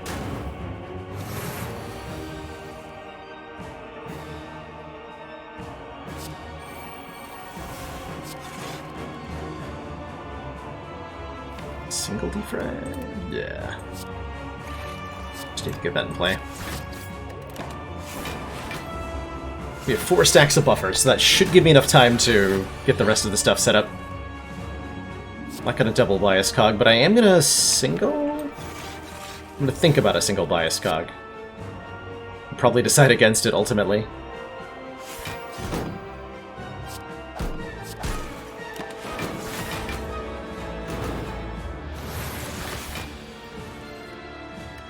It's more of a not yet thought, I think.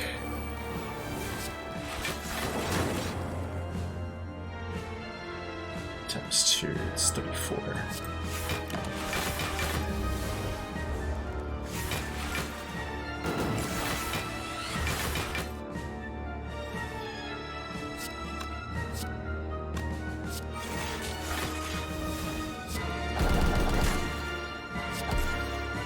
So, like, currently we're struggling to deal damage. But once we get a few more orb slots, we can incorporate Lightning and then play Bias Cog, and we should be alright. At least that is my fondest hope for this deck right now.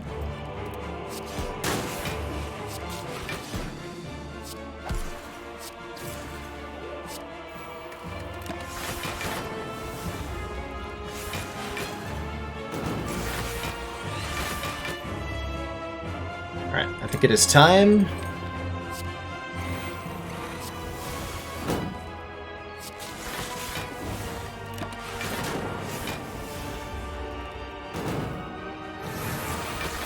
Focus. And only a few turns to win.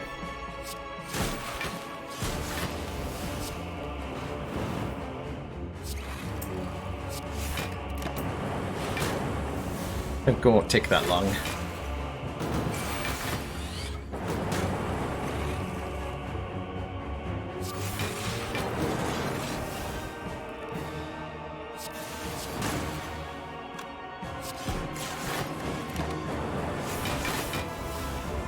Hey Bart, good to see you.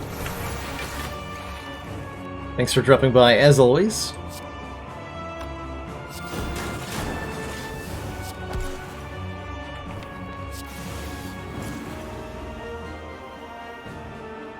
Too many frost herbs.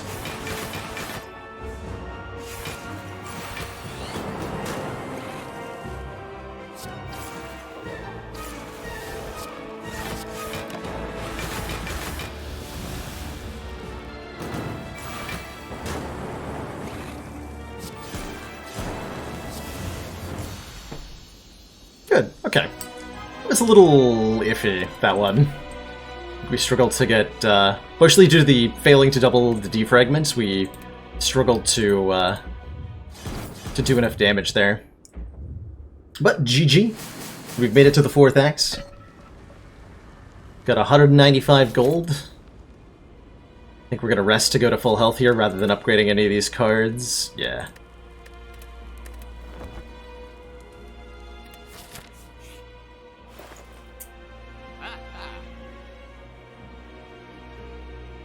Well, I guess we're not... No, we can still buy another potion. Sweet. Cool. So, Clockwork Souvenir here says, start each combat with 1 artifact. And I guess that means we don't care about Biased Cog. We don't care about having used our Ancient Potion. I will definitely take that. Wouldn't been able to afford that without the Maw Bank, by the way. So, thanks Maw Bank? And a Block Potion seems great. It's 12 more hit points. I'll take it.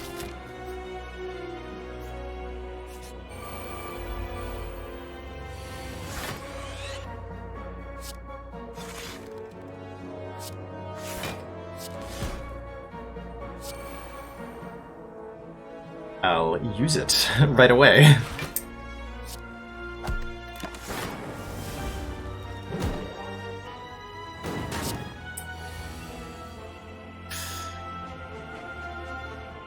Uh-oh.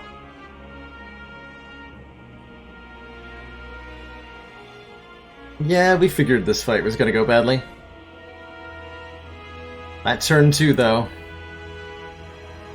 Always get ya. Yeah, you have to draw the Bias Cog turn 1, actually in both of these fights. So it might not happen for the hard fight.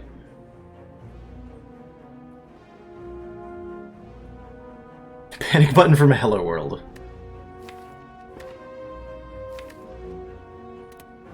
Beg your pardon. So I could duplicate one of these three. Doom and Gloom... There's a world where Doom and Gloom's the right answer to double. I don't think I'm gonna gamble on that, though. Double white noise for an echo form and a buffer.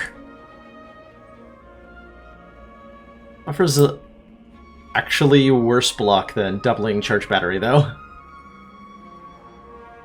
Double up the charge battery. Oh, it was an echo form. You might have been right. There might have been a buffer in there. That was great.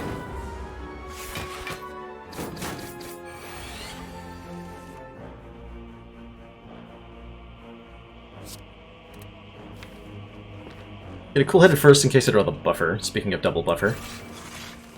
Did not.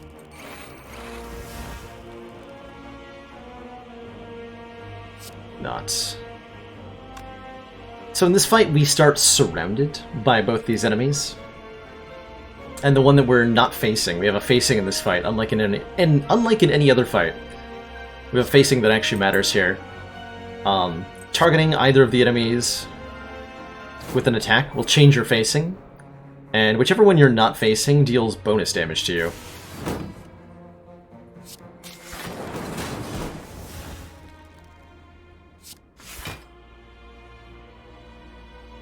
So that's fun. Ooh. Dangerously low health.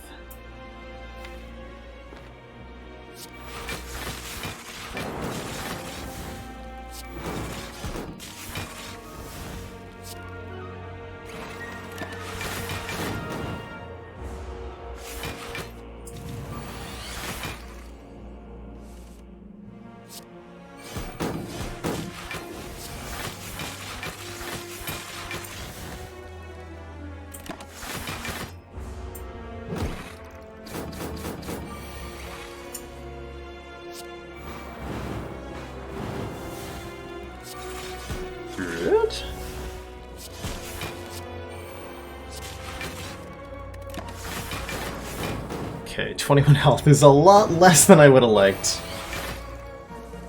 Gonna need a good potion and a good relic. And should have lined up the inserter. Duvu doll. Alright, we have +1 strength. And either a compile driver or a machine learning if you want one. Compile driver seems great for the heart. Yeah, we're gonna need a miracle, I think is the correct answer here. We're going to need a miracle.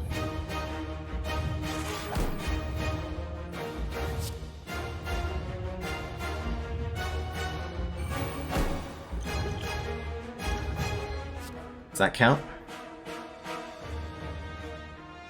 Ooh, one of these counts as a miracle. I can bias cog right now for 4 free focus, or I can creative AI to get a random power every turn.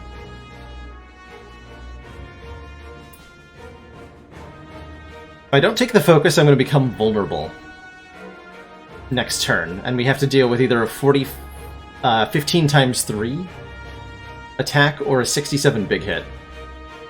I think we're just gonna hope for the big hit and we draw buffer. It's gonna have to do.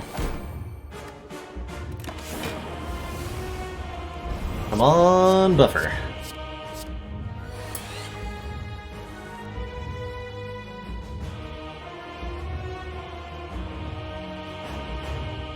That's a buffer.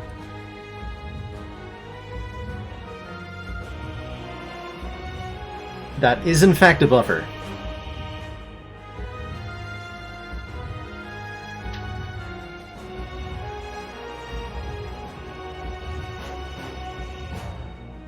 I think the right choice here is to double the loop first, then play Panic Button. That'll give us enough block to survive next turn.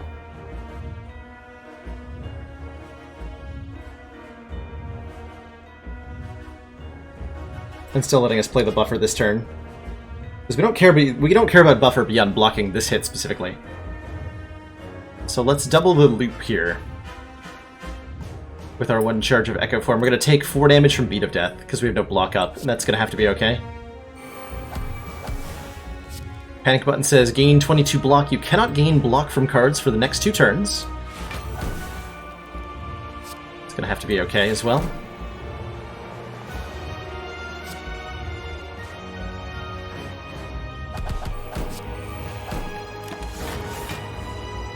Thank you, buffer.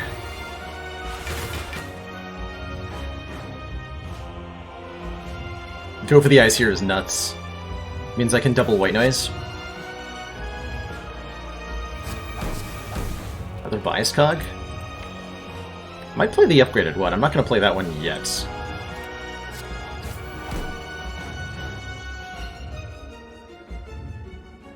If I play any more cards, I'm going to lose my buffer.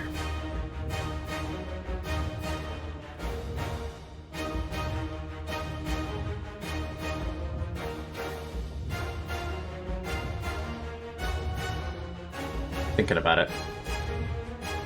Hello World's nice to have. And with the Frost Orb in front, we're okay for now. I can also play the Bias Cog and not lose the buffer that way.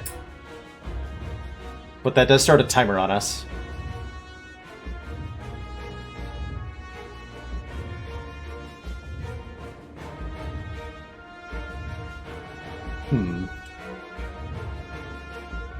You know, I think I'm gonna lose the buffer. I believe in getting more orbs out here.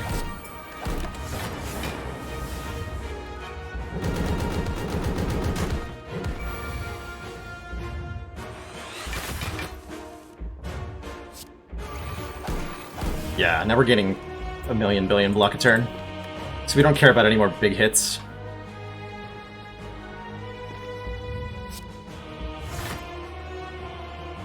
Do something weird. More Hello Worlds in play. Look at that.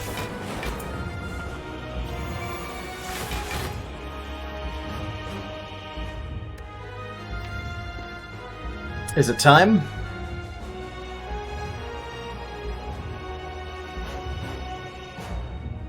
If I double Biased Cog, we're gonna gain 10 focus. Yeah, it's time.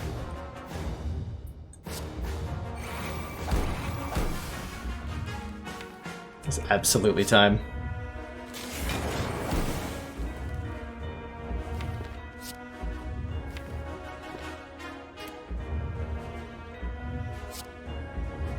I'm gonna rebound that cool-headed.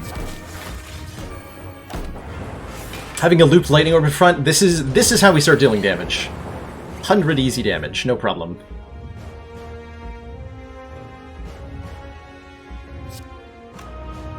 Double this. I want to keep that looped lightning orb in front.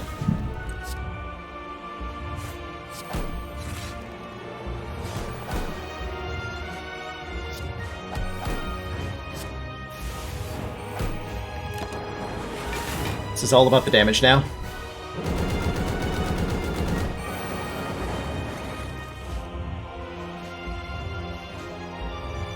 Do I dare double cast that again? I think so, right? We're already down to 420 health. We can play 2 more stacks of Bias Cognition, gain another 8 focus, start losing 4 per turn. So it'll put us at 22 focus this turn. That's a disgusting amount of focus.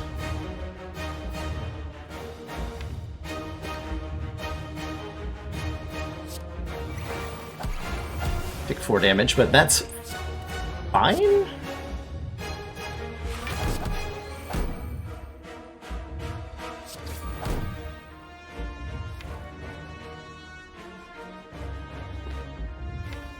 This is plenty of block still.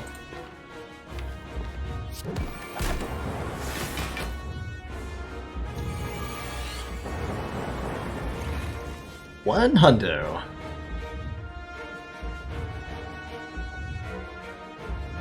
So we're already full blocking. Beat of Death is now 3, so every time I play a card I take 3 damage, which means doing something iffy like double casting Barrage is a little scary now. But double cast this Leap instead. There's the Barrages.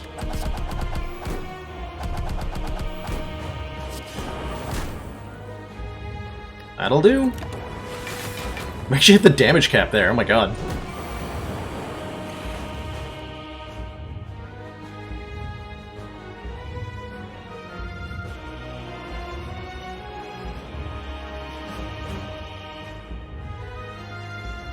Okay, we have guaranteed lethal. Nice. GG.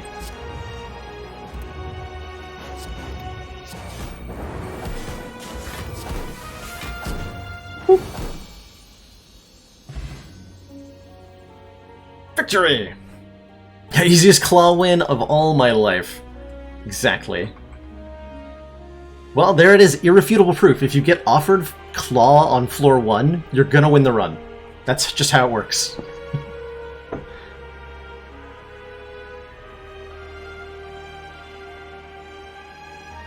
That is just how it works.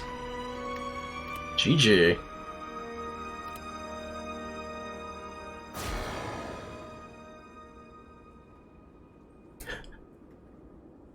Pleasantly surprised by that one.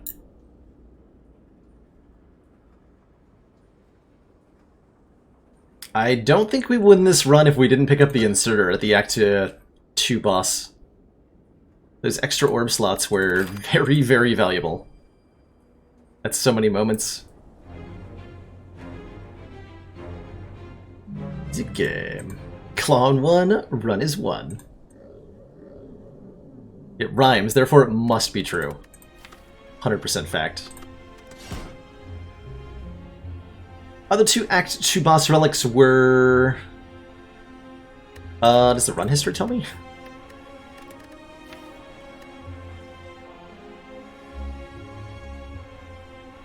No, it doesn't tell you what the other relics were. I don't remember what they were.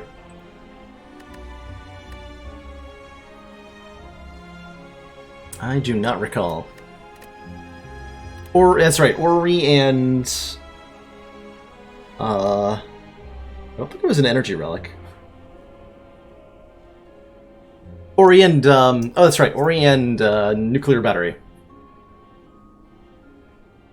Hey, Jim J. Poggers. The Ascension 20 double boss modifier means that at the end of Act 3, instead of fighting one Act 3 boss, you'll fight 2 back-to-back. Not at the same time, but one after the other. So in this last run, we had to fight Awakened One and then Donu and Deka. Back-to-back, with there's no break or pause in between.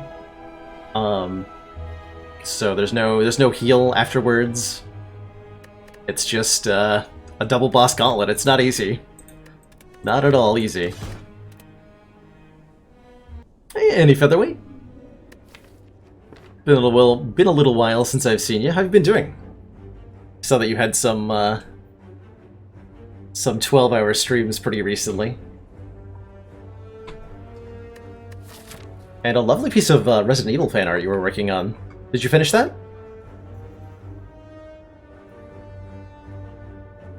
This is an interesting Act 1. There's, like, no campfires.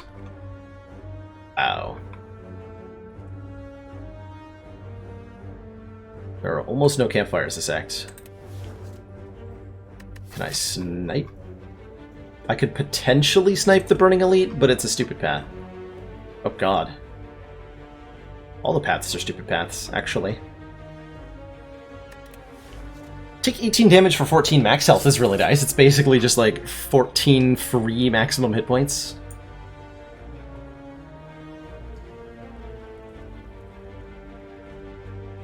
Oh man, still unfinished. How... is that above average for a piece completion time? Or does it usually take multiple streams? I pop in from time to time, but I'm usually more... my attention's on the chat box rather than the art on stream.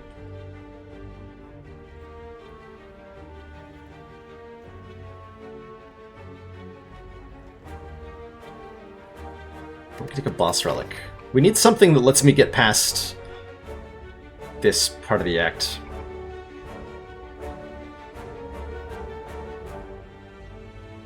I don't know what that's going to be. It's our boss. How could it ever be bad? It's never bad. This is never a bad option. Like I said, it's almost 14 free hit points. The question is it better than the other bonuses, which are also almost never bad? Transforming a card could give us a rare card in place of one of our strikes. 3 hit point first combats could... No, that's just useless, actually. Alright, we'll take the 14 hit points. And we'll see what the opening combats offer me. Would it, like... Actually, it wouldn't be useless. It would have saved me 7 health right there. To have that Jawworm have 1 health. Possibly more health on this turn. Yeah. 14 health that I would have had. Maybe that was the right choice. Could be anything, even a boat. Fighting Exaghost. I don't mind a floor 1 armaments, usually. Let's give that a try. Can be an offensive card and a defensive card. Whatever you need it to be. It is.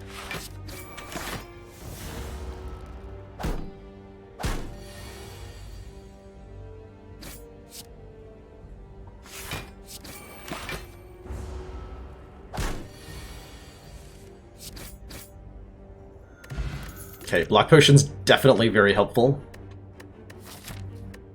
Heavy Blade is a really bad attack card if you don't have any strength yet. 14 damage for 2 energy is... sad. It's just sad. And if you upgrade it, it doesn't even do any more damage. It increases the strength scaling, but not the base damage, so this is only ever a 2 energy, 14 damage attack. It's not helpful. I think we're gonna grab this Metallicize, because it's the only card that actually really does anything at the moment. And we're going to continue to... like, at this point, I will take a Wild Strike after this fight. That's how desperate I am for damage right now.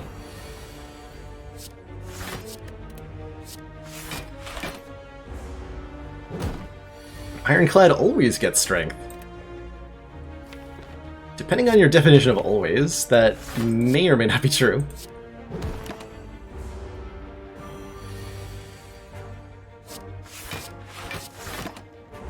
I've definitely had Chad runs that struggle to find any sort of strength synergy. Okay, Anger, that does damage. I'll take it. Do I try to fight 2 elites? I'm in good enough shape that I could. By 2 elites, I mean 3 elites. No, we go 1 upgrade, fight the Burning Elite, right? Rather than going to the store and then fighting this elite and then trying to fight the Burning Elite. Yeah, that's just a painful experience waiting to happen.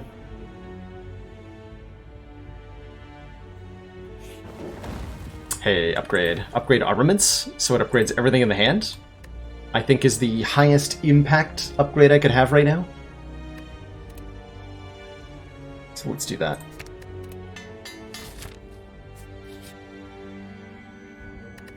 And then upgrade even more stuff. And then rest. Brilliant. Cool. We don't do a lot of damage, which is not great because we're going into a Burning Elite. But we block pretty well. So we're hoping this is triple sentries. Maybe a Lagavulin? Good, triple sentries I'm not too afraid of.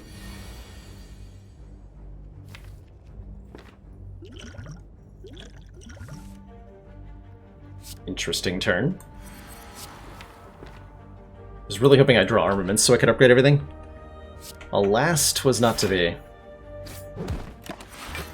So this is one of the less dangerous elite fights in Act 1, is how I'm going to choose to describe these guys, at least on lower Ascensions. That's true. In the triple sentries fight, it's generally a priority to kill one of the sentries that is on the end. To stop the turns where you're attacked by 2 of them at once. If you kill either the front or the back, then you'll only be attacked once per turn. And everything will be okay.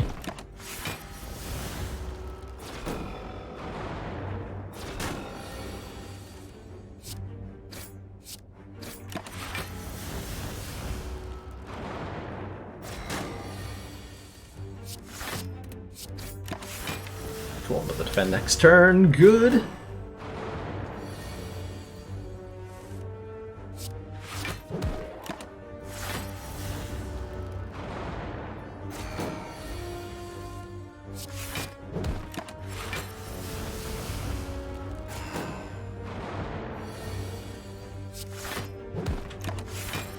Well, there's no block cards left in the deck, so that's not good. Probably gonna take 6 damage here. Wow. The luck.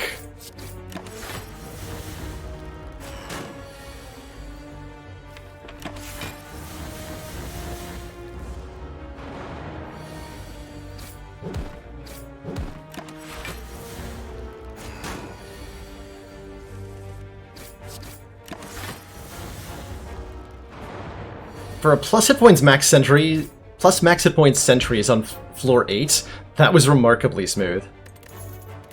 Anchor coming back in clutch. Anchor did a lot for us last run, and I'm hoping it'll do more this run. Just really hoping to fight another elite. But I don't think we have enough damage to do that. Without finding a damage card here. Like, Shrug It Off is great. Perfectly fine card.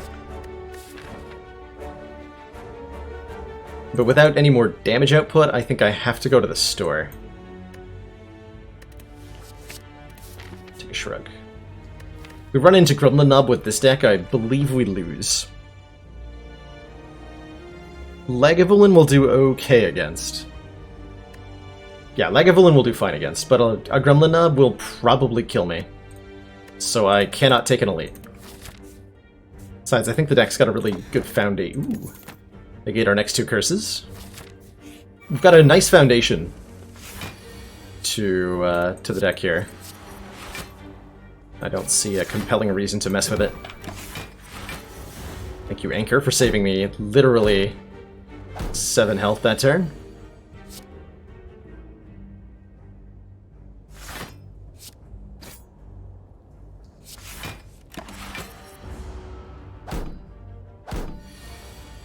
Metallicize is good against a lot of enemies. It's really good against Hexaghost. It's good against every Act 1 boss and elite, actually, is the truth of it. Which is why I like taking it in Act 1. Hey, look at these cards. Body Slam makes this block-heavy deck actually do some damage. And I think we need to do some damage.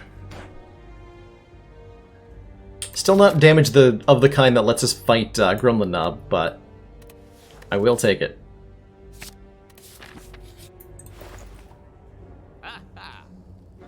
Limit Break to go with our no strength. I like it. I like it a lot. There's actually almost nothing here that helps the slightest with this deck. How is this block heavy? Well, we've got an upgraded Defend, we've got a Shrug It Off, we have an Armaments Plus, and I'm about to remove a Strike. And we have an Anchor. Anchor Body Slam is actually a legit thing. Searing Blow. Could get it to +2 before the boss. That's good enough, right? This is about as bad as a store could have been. I think we just remove a card and be on our merry way. Not even a strength potion or something. Rupture doesn't do anything. Unless we let burns from Hexaghost hit us. If you take damage from a burn, Rupture will give you 1 strength.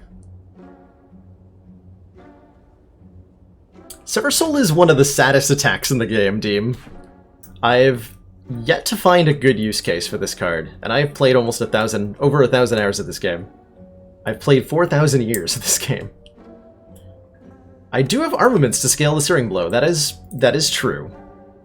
I don't know if that's good enough. Let me evaluate here.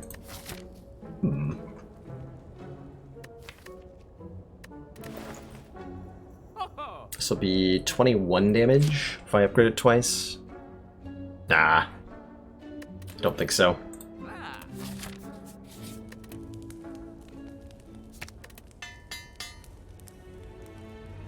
Wait, F? We did drop some frames there. Hopefully I'm still with all of you. According to OBS, I am.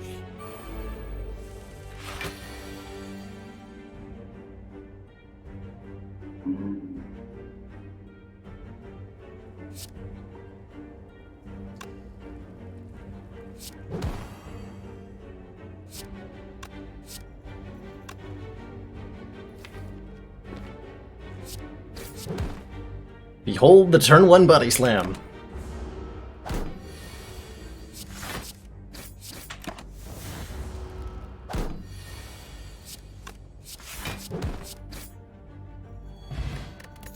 Okay, Gambler's Boost, great. Another body slam? Another body slam. Apparently. I don't know if I've ever had a double body slam deck, but here we are. Doing exactly that.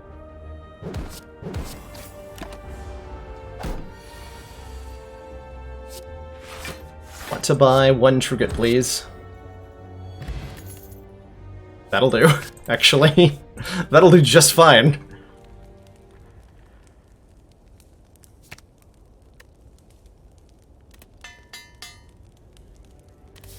Alright, we have double shrug, double body slam plus. I like it. Let's have 67 health going into Hexaghost, who notoriously attacks on turn 2 for an amount of damage based on our current health. Which is going to be 6 times 6. Which is a lot.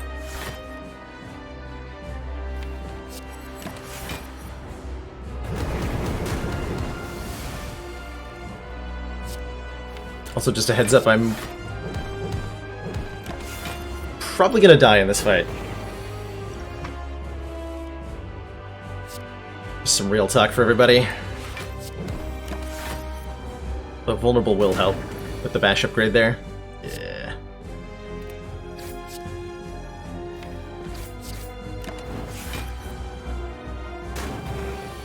So we have a lot of health to tank stuff with. Okay, that was good. That was really good. But we're not going to kill Hexaghost before the Inferno. No way, no how.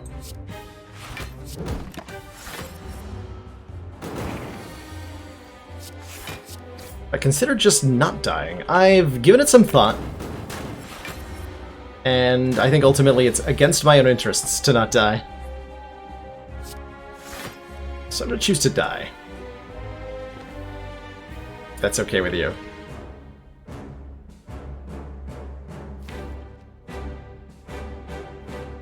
I'm gonna need this Gambler's Brew for a handful of burns, which this is not. Let's do some damage.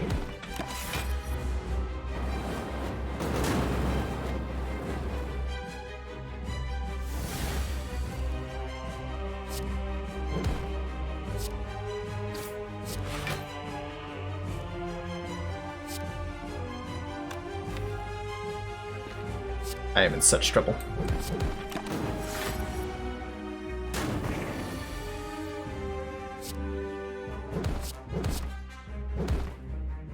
Okay, we do not die yet. Only 20 health left. Actually, I think our odds are pretty good now. It looks like we've got our work cut out for us, Commander. ST89, thank you so much for that 25 viewer host. Welcome on in, everybody.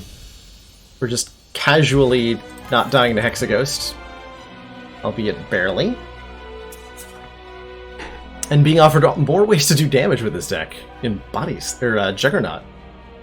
When you gain block, deal 5 damage to a random enemy. It's not as good as Barricade would be here, but it'll trigger a lot.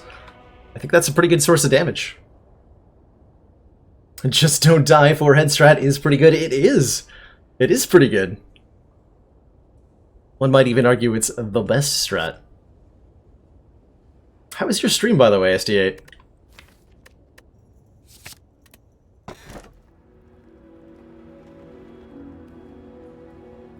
Omamori Kursky? Seems pretty good. Got 3 energy relic options here. The Busted Crown. All 3 of them give us 1 extra energy at the start of every turn, which is great, because we just picked up some expensive cards. Busted Crown gives us less card choices at every card pick. Coffee Dripper gives us the inability to rest at rest sites.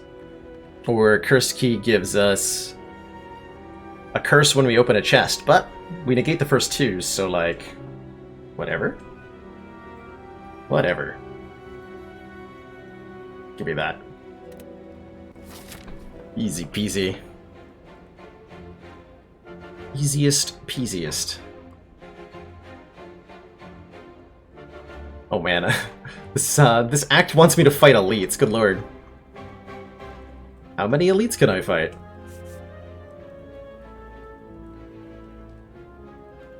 I guess we're gonna find out. Welcome back, Pearly Whirly. We did, in fact, kill the heart last run. Was a close battle, but turn 1 bias cognition with artifacts got us there.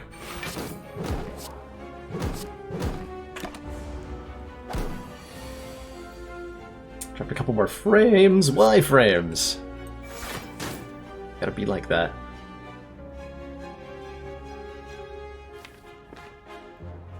Can't quite kill this thing, huh? Potion's not gonna help me unless I get a anger or... No, potion could help me kill this. Alright, potion it is then.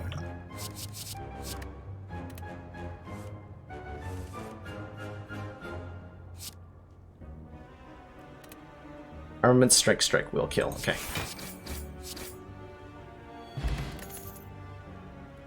There. Oh crap. Chosen.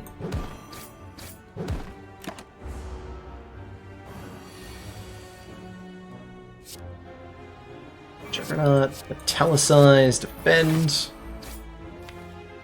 Next turn might hurt a lot. Okay, not the big attack, so we're okay.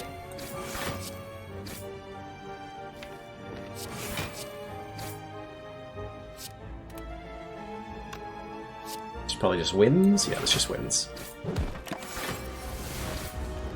Okay, smooth chosen fight.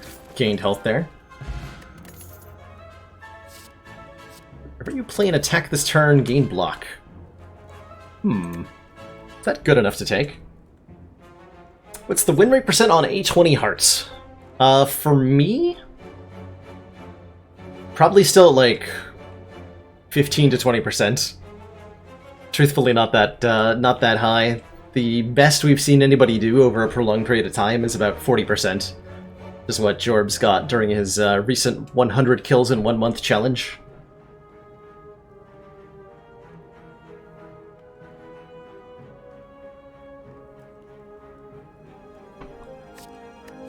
Combust is damage.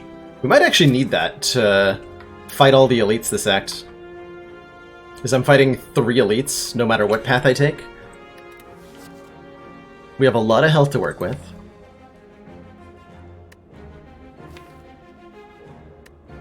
Yeah, actually, I could see Combust being really good here. That's for the A20 heart, Maniac. My Ascension 20 without the heart win rate would be... I would imagine over 50% at this point. But I've never bothered to keep track.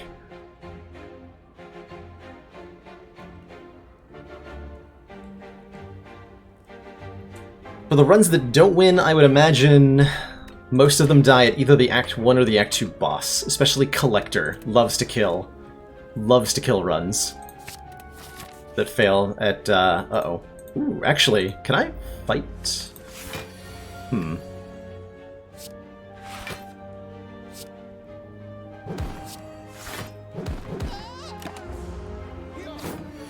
Not sure I get to fight the second fight of this.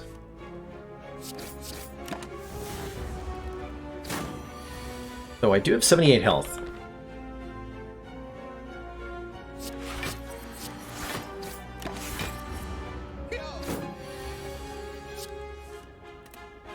Commander, one of our most valued supporters, says continued support of the Lord Tier 85! Thank you so much for that.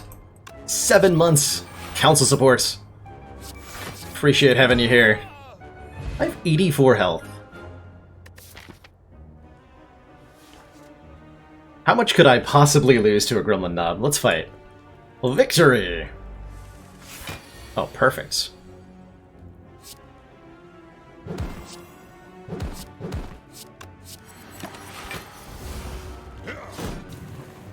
Turn 1 bash.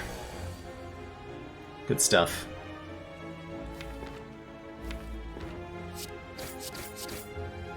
26 health.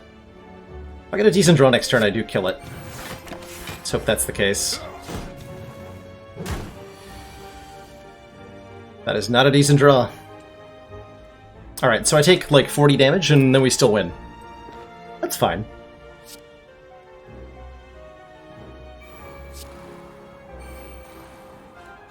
Yeah, that is ultimately fine.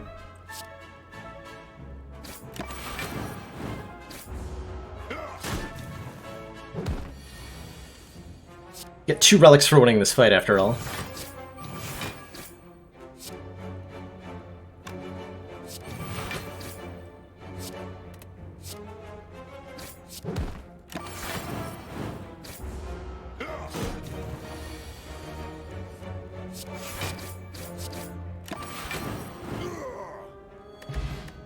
Peace Pipe lets us remove cards from the deck at rest sites. Gremlin Horn gives us an energy and a card draw when we kill an enemy. And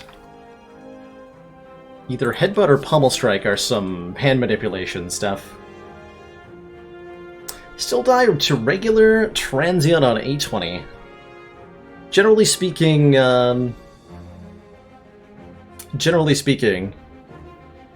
Transient is an enemy that punishes decks that just aren't fast enough. Decks that can't start doing block and damage quickly enough.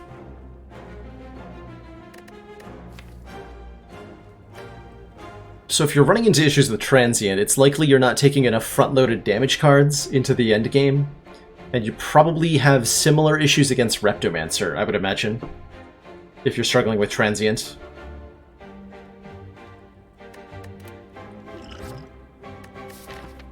Take a Headbutt. We have a lot of card draw, and it lets me get Body Slam back at important moments. Go like this way.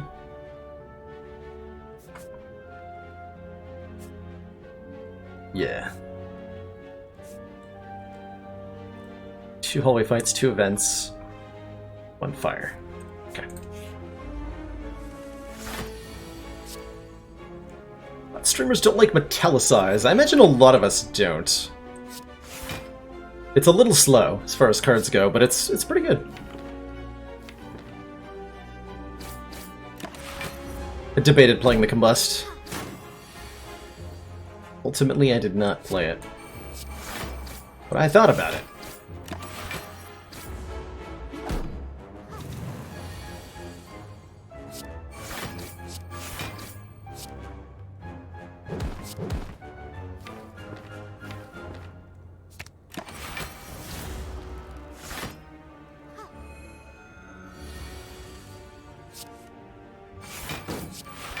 I'm continuing to consider it. Still passing on it. I should have played it. Because I would have killed the Centurion this turn. Mistakes have been made. This is why you play your Combust. Instead of getting greedy. Damn. So, 8 plus 18... is 26, plus 9 is 35. Yeah, I would have killed him. Damn it.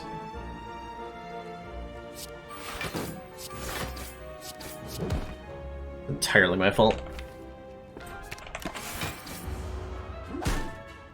Our Act 2 boss is the Bronze Automaton.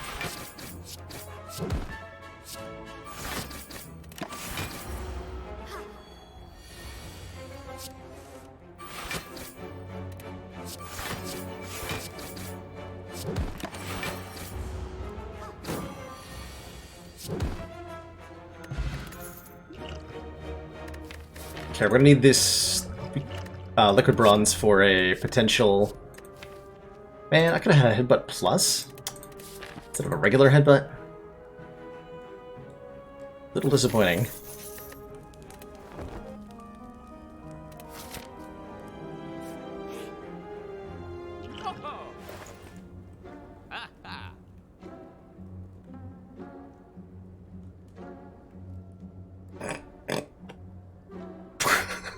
Okay.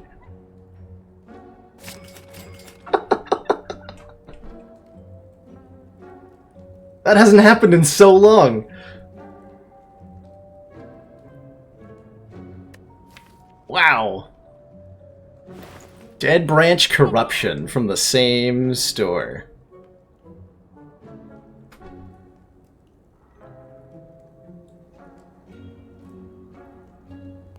Game of skill, by the way.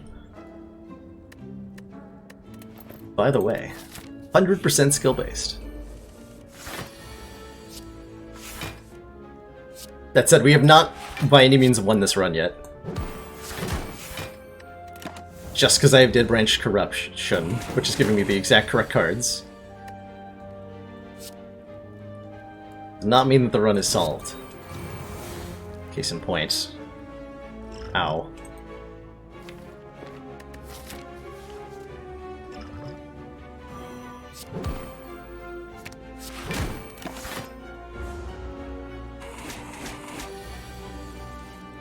Oh, so just to clarify, by the way, everybody who may not understand what the heck what everybody's pogging about right now.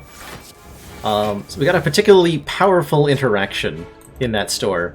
Dead Branch is a relic that says whenever we exhaust a card, we add a random card into our hand. And on Ironclad alone, this is a very, very, very powerful relic that essentially it just puts putting random cards in your hand, turns out, is very, very powerful. But even more powerful is combining it with an effect that says, skills cost 0.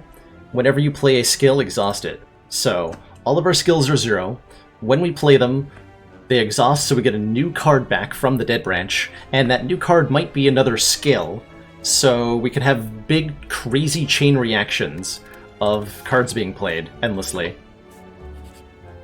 It's pretty ridiculous. Ajra, I think I take a Sapphire Key.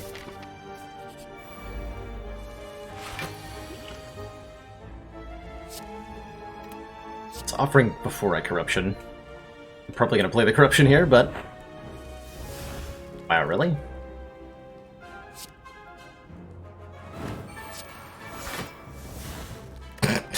Another Body Slam.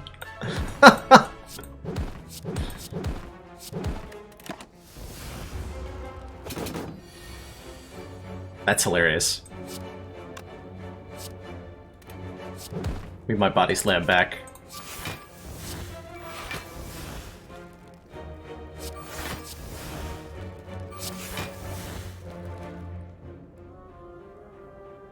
I mean, he's just dead. Yeah, now we need a medkit. Bronze scales from the Book of Stabbing. How appropriate. Barricade says, block is not removed at the start of your turn. Yes. In a deck with 2 Body Slams, that is definitely something we want. It also means that going crazy with the Dead Branch is no longer as much of a downside. Because we can't leave ourselves without any skills in the deck and then no block. We have all the block. I think we upgrade the Barricade and the Corruption now. Because our goal is just to get all these important powers into play as quickly as we can.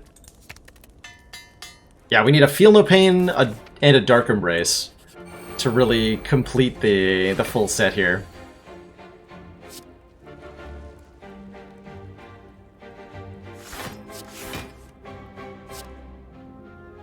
Actually, not completely blocking, but whatever.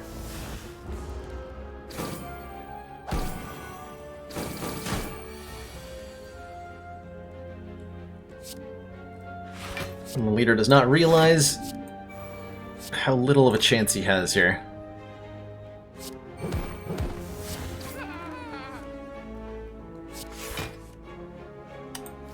Damn it. It's my fault.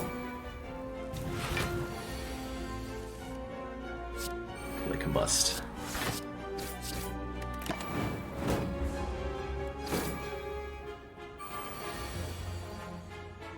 Okay, we Juggernaut first. I'll be offering first.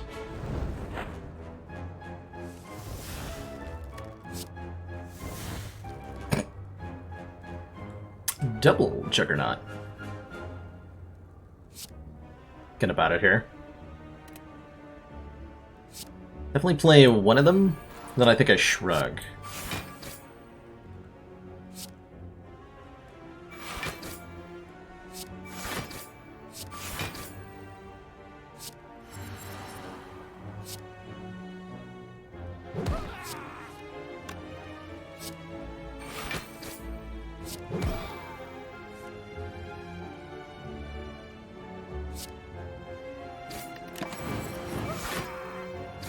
That was a sweet turn.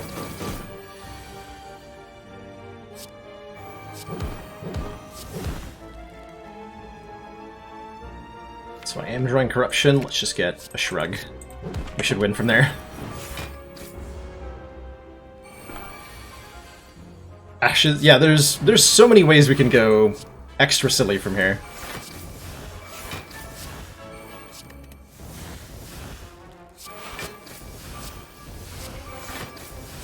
Bonk. Okay, good fight, good fight. Art of War is fine if we don't play any attacks during our turn. We get an extra energy the next turn. I'd pay for this relic. I still have a chest I need to open. Letter Opener. When we play 3 skills in a single turn, deal 5 damage to all enemies. That will happen a lot. It's time for a rematch against Book of Stabbing. Don't imagine the book's gonna fare too well on this one. Just a theory.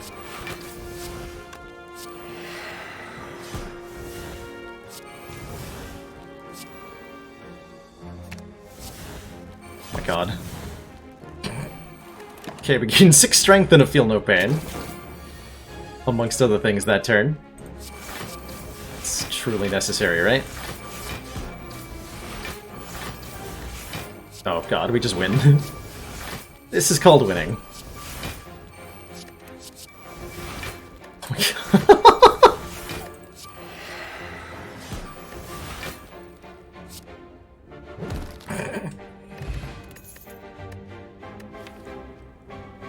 Bottle... No, we don't want to bottle anything other than corruption. Quite honestly, so I think we skip Bottled Flame, which lets us choose an attack to be in our opening hand.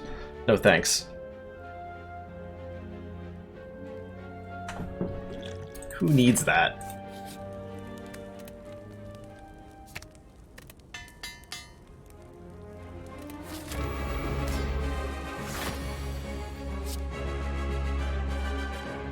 Bronze Automaton's a decent fight to have a combust in.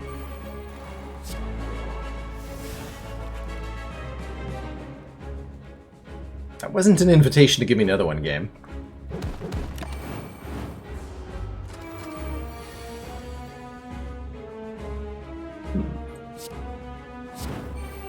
Well, it's a good thing I have more than 24 health.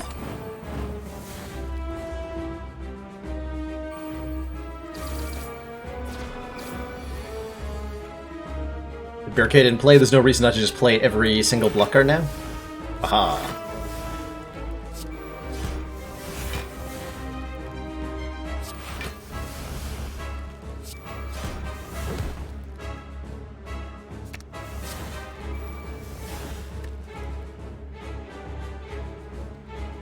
Entrench. Entrench again.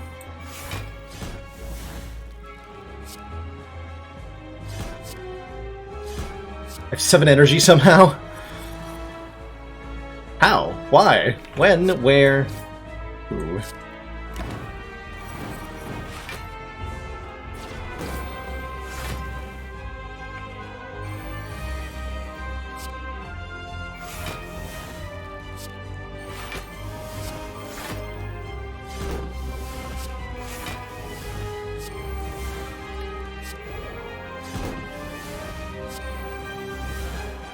Hey, I found the body slams. Good fight. Good fight.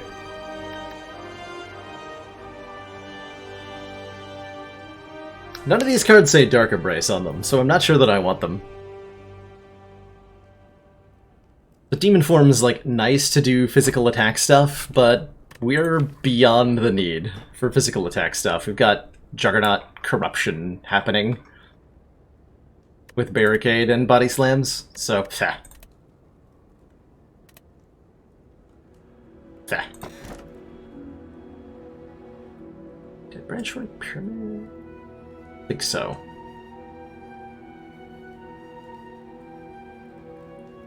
It's definitely a very strong combination. Absolutely, Carissa. You sure you don't, like, the overpowered stuff that I'm more tired of is the Snecko Eye related stuff. I actually haven't had Dead Branch Corruption in so long. Though I've seen a lot of runs on other channels with this particular combo, but it's been a while for me. Yeah, probably just Cage. I think I agree, Onyx Shadow. We want to be removing cards that don't let us get Corruption Barricade into play as quickly as possible.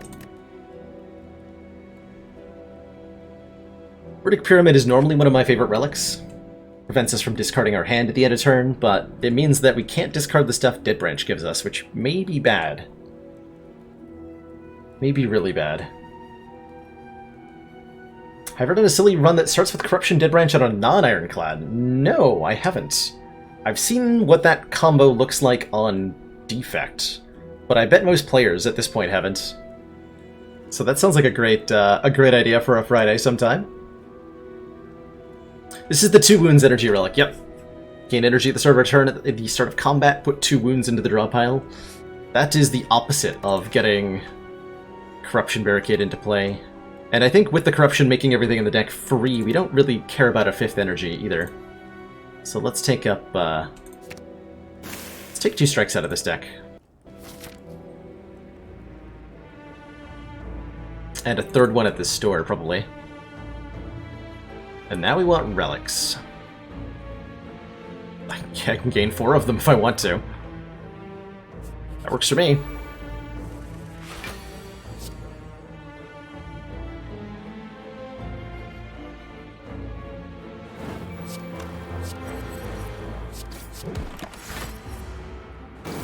Definitely works for me.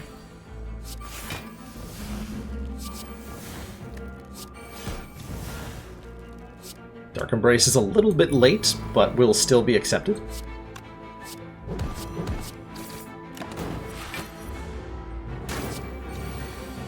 Dark Embrace says, whenever you exhaust a card, draw a card. Which means the deck gets very, very silly very quickly with Corruption Dark Embrace. Sorry, Corruption Double Dark Embrace.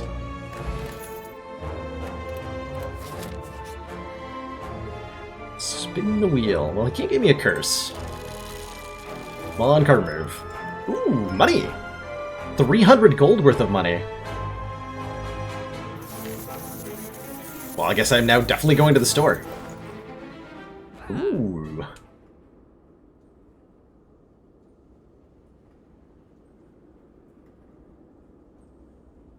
Hello? Shop music?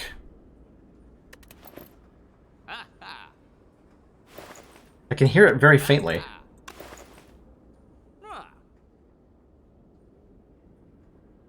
Have I ever seen a store without music? That's so weird. It's quiet. Too quiet.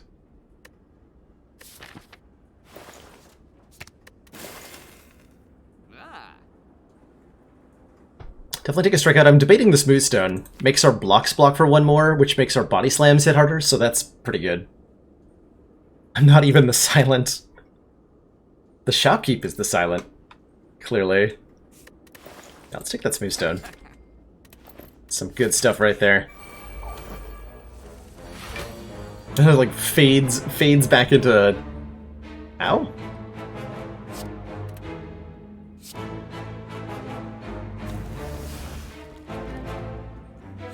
Show me Corruption. That's so close to being good enough. Actually, it is good enough, because we have Letter Opener. Nice.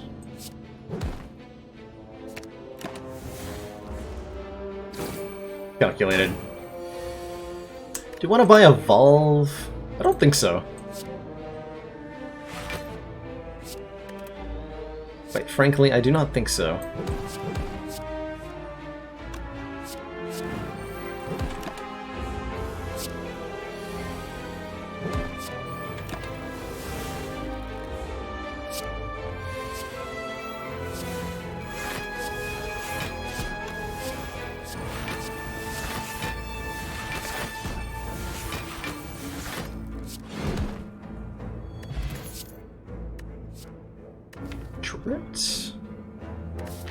It's good if I upgrade it. But I think we're upgrading Offering. And then Disarm. As our upgrades. So I actually only get 2 elites if I want to upgrade those cards. Or I can get a whole bunch of relics instead. And then no upgrades. I'm okay with that.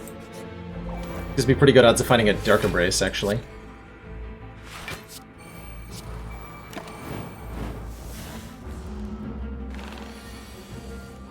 There's Corruption.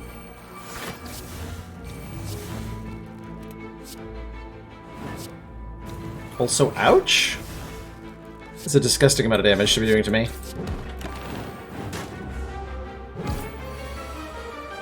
Ow. I immediately regret my decisions. Oh shit. I should have Ancient Potions?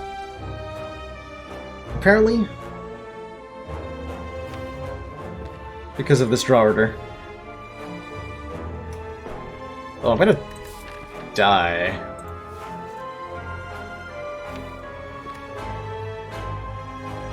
I was really not expecting to take 80 damage in a hallway fight.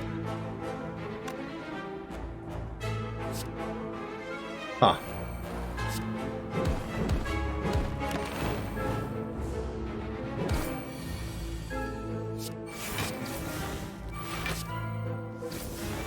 Well, that's bad.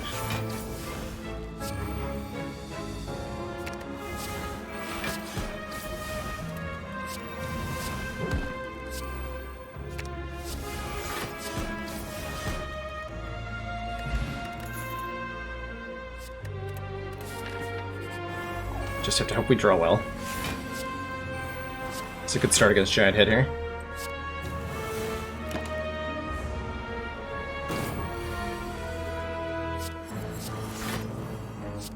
I'm gonna avoid playing this offering. I think we're okay.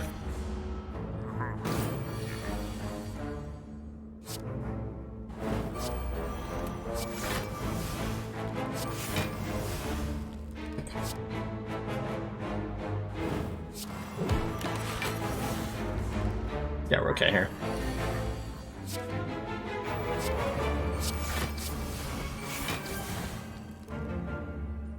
Let's go Thunderclap, Body Slam, Headbutt the Body Slam. A bunch of damage.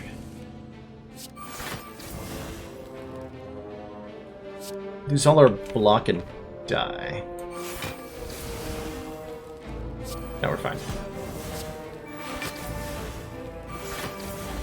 Yeah, we're okay now.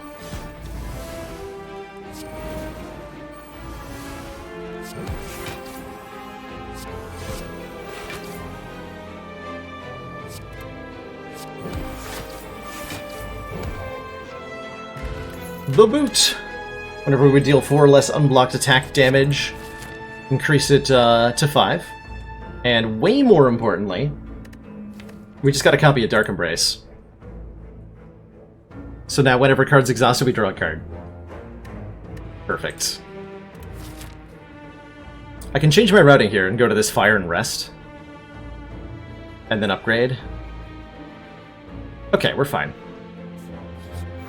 I was worried for no reason.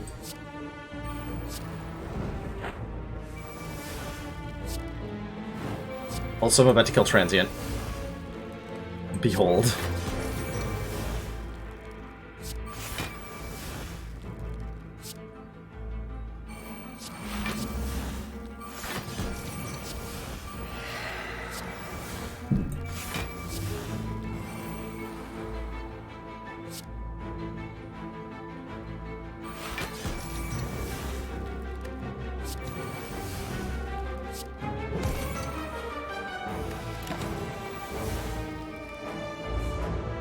Another Berserk. Okay, I'm gonna play that one too.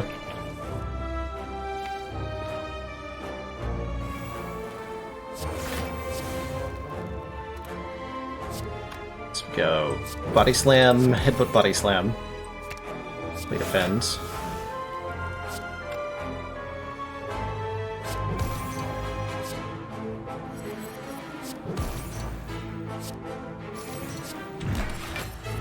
Only block cards left.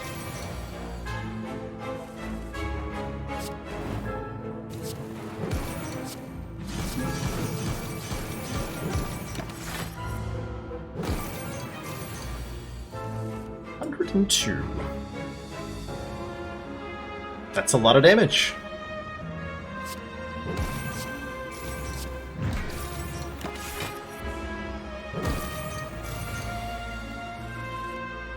It's a lot of damage.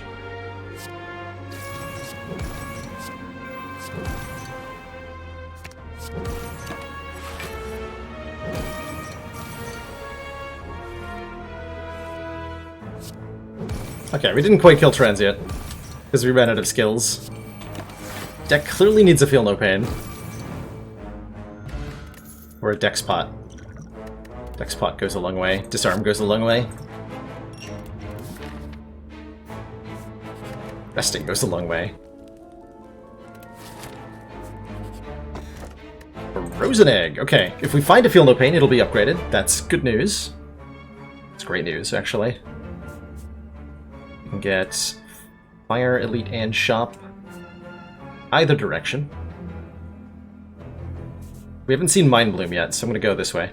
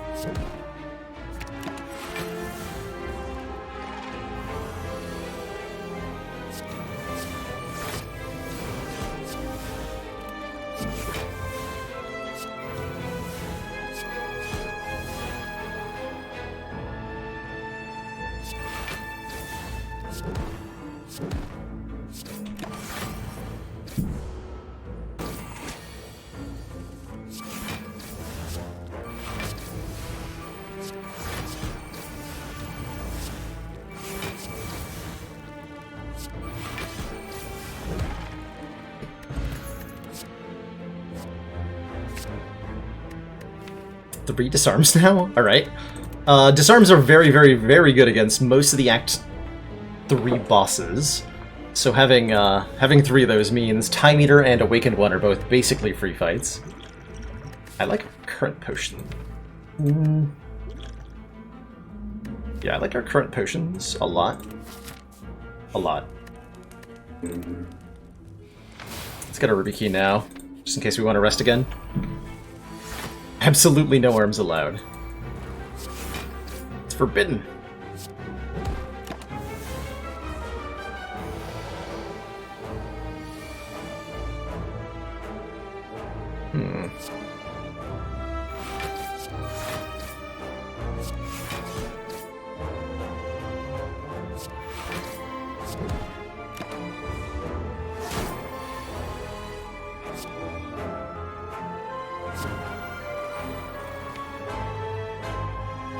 Can't get barricaded to play.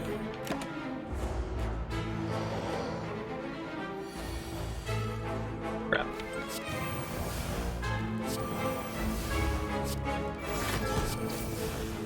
Oh, that'll do. Why, thank you. For your generous offer of blocking.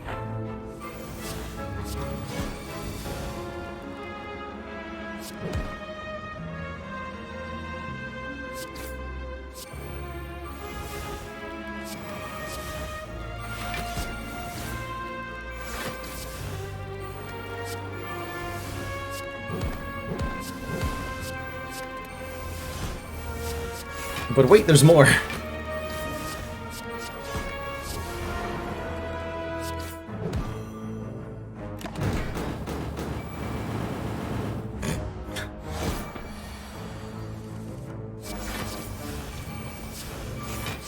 Oh man, the fire-breathing value. GG, easy game. Get rid of all this crap.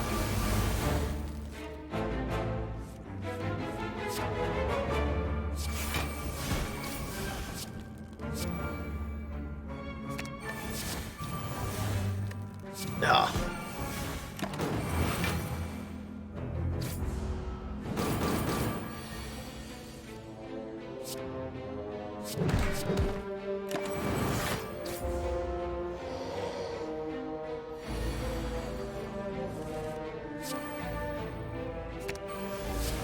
I'm gonna exhume a burn just so I can exhaust it with Sever Soul. Get wrecked. Which plus? No. Like I said, we don't want to add more cards to this deck, just remove them. Just remove as many as we can.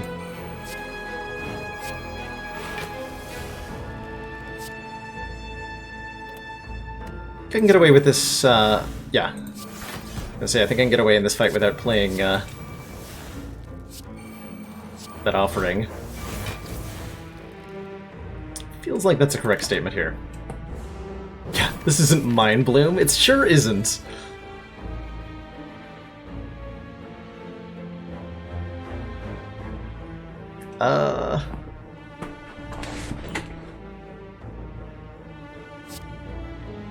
I gained 6 health from this. Okay, that's better.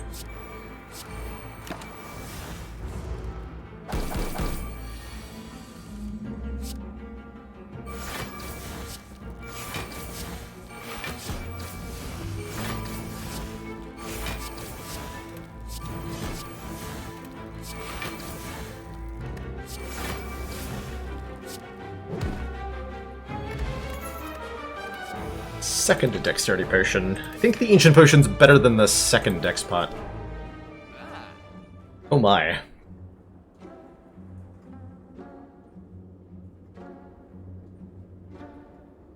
Well, these are some good, There's a reason I played the strike over the body slam. I wanted to leave my options open?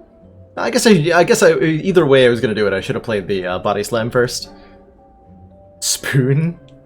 I do not want a spoon. Spoon's the opposite of Pog. Hold on, let me clarify exactly what's going to happen here if I take the Spoon. Spoon says, cards which exhaust when played will instead discard half the time.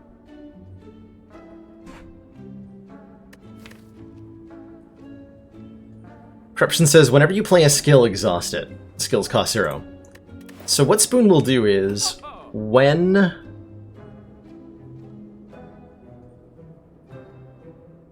I have Corruption in play, there's a 50% chance that I will discard any skill I play instead of exhausting it.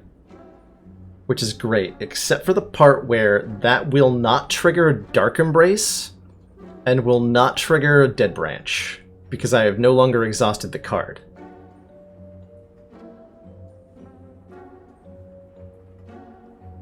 So I am no longer... half the time I don't get to replace my cards.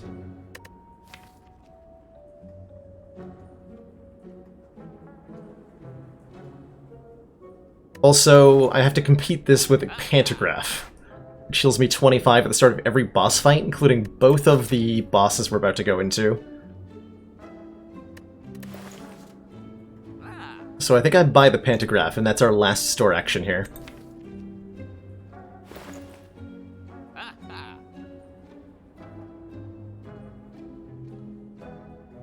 Look at that. This is my decision. I can still remove that strike if I want to. Yeah, I do.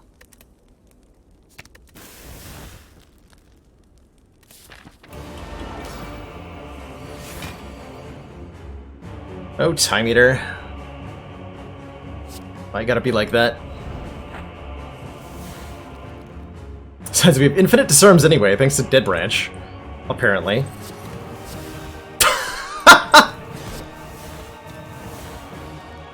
You guys were saying? I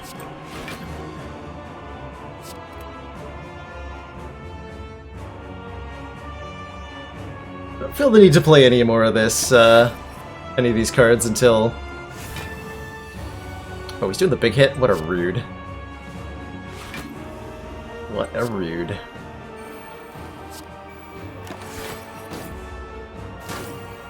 That's why we bought the Pantograph.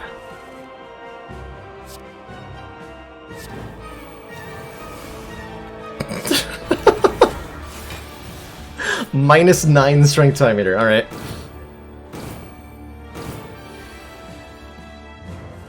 Good job, Time Eater.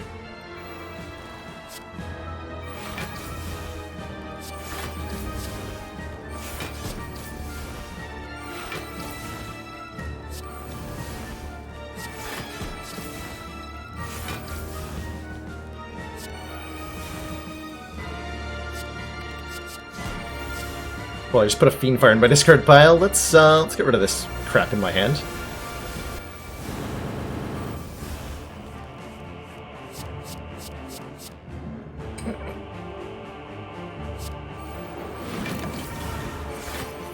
I saw it entrench!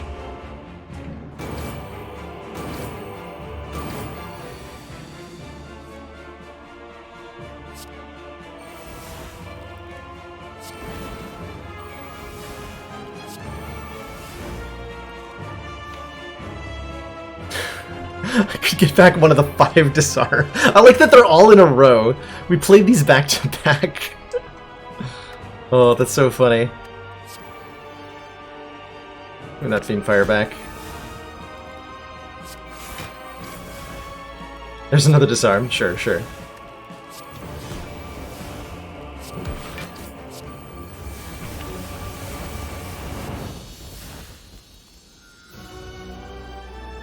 GG.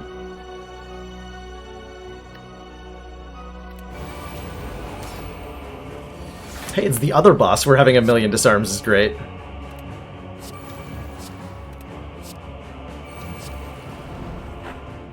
Excellent. So one of them. I think I don't play a Shrug just in case I would have drawn into Corruption. I want to do that.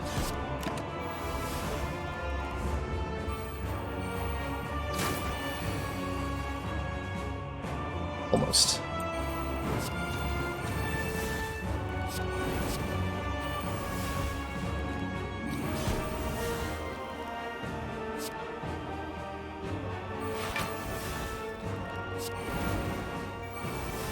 Six block per attack I play this turn.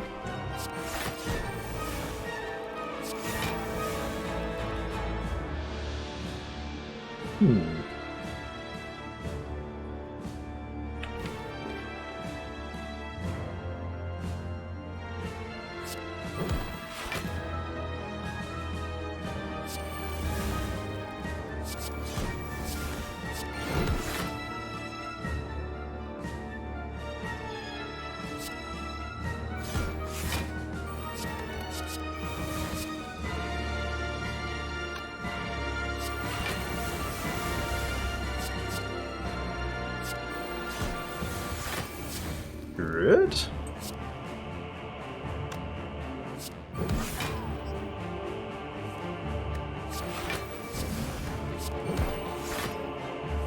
Good.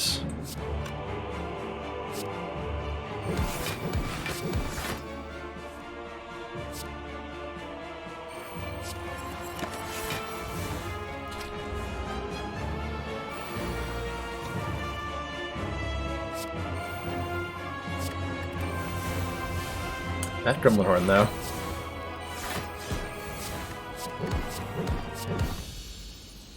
Blam! GG, Awakened One. Nice try. What turn was that again? Probably like 3? Got ourselves a fast deck here. It's going to be even faster if I remove Bash, which I think is what I want to do here. Yeah, let's get rid of Bash.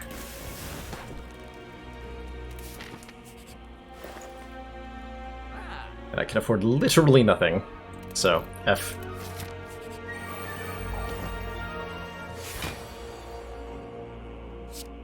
That's a tough turn 1. We could end up taking a ton of damage here, depending on how the draws go. Dark Embrace, Disarm, and Hope. Okay, that helps. That's a lot of block. Next turn we're only drawing 2 cards, or 3 cards, because we're having 2 burns put on top of the deck. Yeah. Headbutt. Power through if I want to. And draw it or draw a random card. Might not block at all, but might block for a lot. I think I'm gonna headbutt the power through here.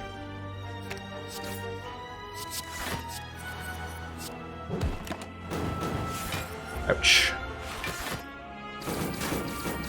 This is why we got the pantograph as well. Oh, shit.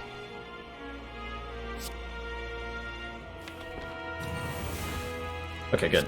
That should get us corruption. There you are. Been waiting for you. Thought you could get away from me, huh?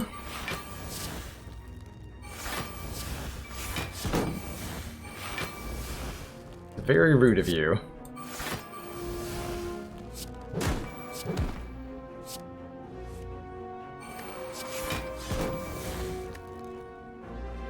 Times 5.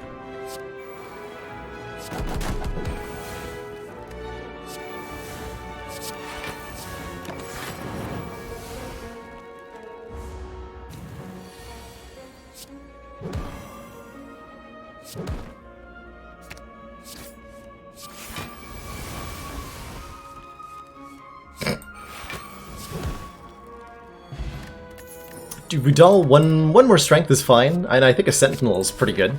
All we have to do is draw Corruption relatively early in the heart fight, and I think we're fine. Thanks to Burning Blood and Pantograph, we're at most of our health here.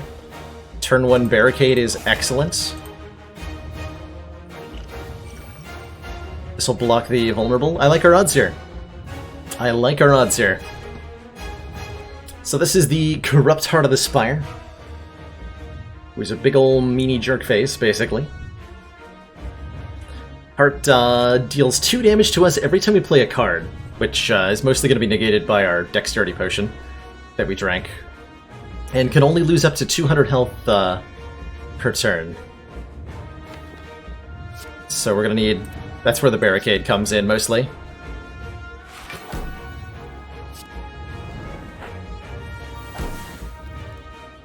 Turn 1 Disarm is great, because it'll make the multi-attack do nothing.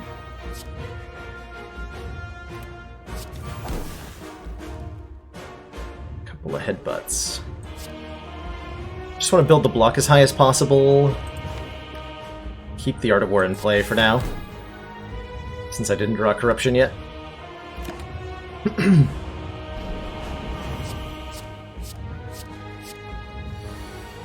Okay, we're doing big hit first.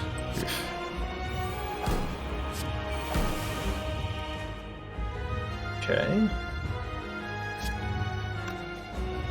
Not gonna lose a body slam here. I say the... Oh.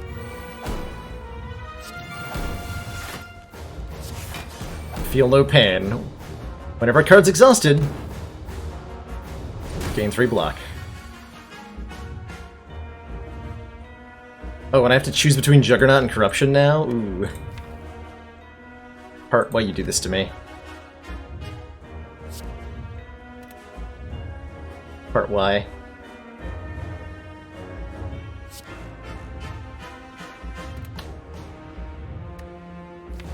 don't know if we do enough damage without... No, we'll be fine, right? Yeah, we'll be fine. We're gonna redraw into that Juggernaut really quickly.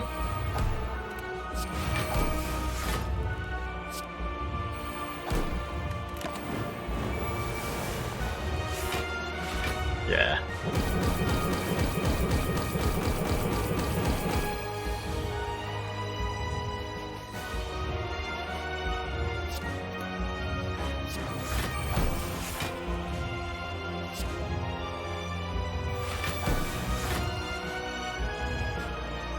I'd like to remove Anger from the deck.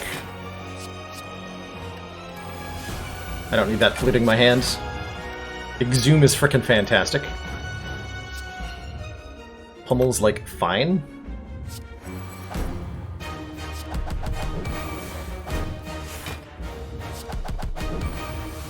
Especially with the boot.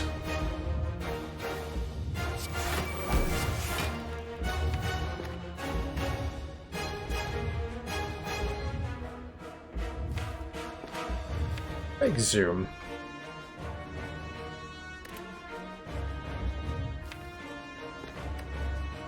Not sure what I would exhume yet. Don't think I have what I would like to exhume yet.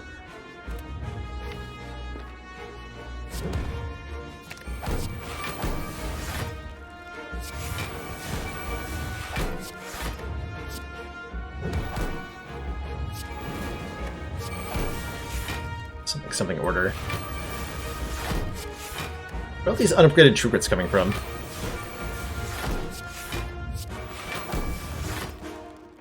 Give me that impervious.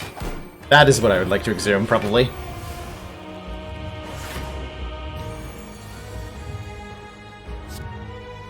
Jug and play, so now we're dealing massive damage with every card play. And this is looking like a win from here. Dare I say it.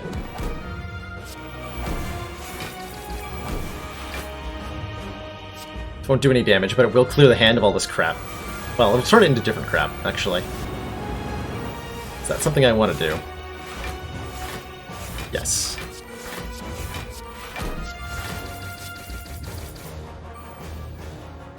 Yes, it is.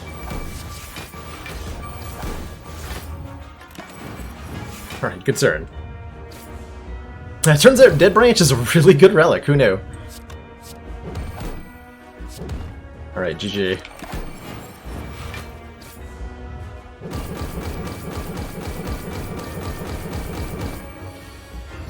Body slam. Easy game.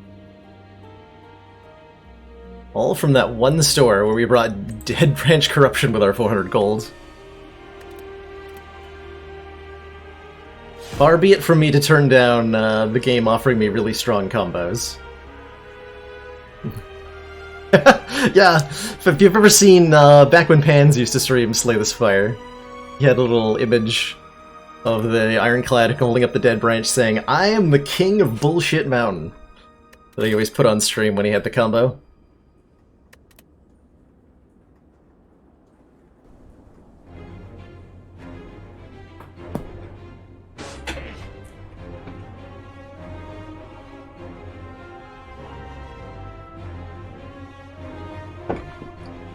Well, I am just pooped after that run. That was the most skill-demanding run I've had in a long time.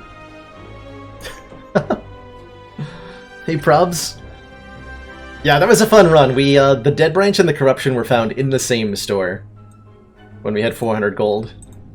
And it went a little silly from there. It was already a deck with, let me just look at the run history real quick there. It was already a deck that had, 2 body slams. We just fought the double knobs, took 47 damage, and gotten Peace Pipe Gremlin Horn. And then this store happened, purchased Corruption, purchased Dead Branch, and moments later found Barricade on floor 27. And the rest is history, as they say. Really thin deck thanks to Peace Pipe.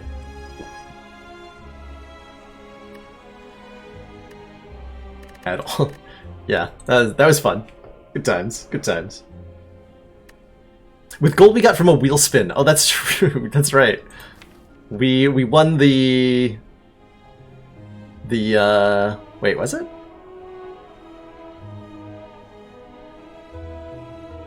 No, it wasn't.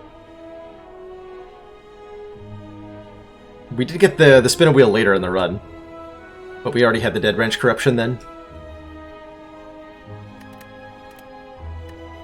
Well, that was wild and wacky.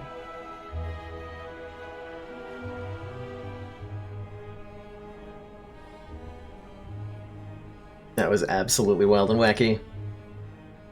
So I've been thinking, last couple days, with 820, at around the 4-ish hour mark on my runs, I start to get a little fatigued, and I stop playing at peak performance. So I'm thinking that this is actually an excellent time to change gears. And maybe do some different kind of Spire. How about we do some speedruns? On Ascension 0. The goal being beat the Act 3 boss as quickly as humanly possible. Had a lot of fun doing these kinds of runs in the past. And Probs hanging out here has raced against me a couple of times too. Which reminds me, we should race sometime soon, Probs. It's been a while. What even is fun? Yeah, Slay the Streamer's a good idea too. I'll do a couple speedruns and then see how I feel.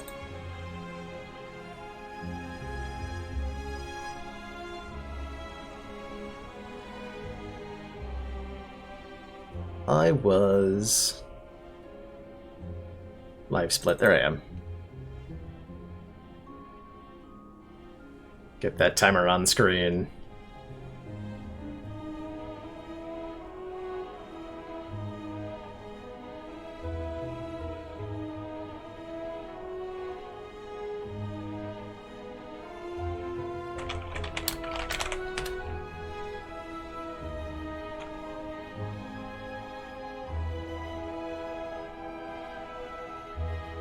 There we are. Alrighty, so switch over to my miscellaneous account.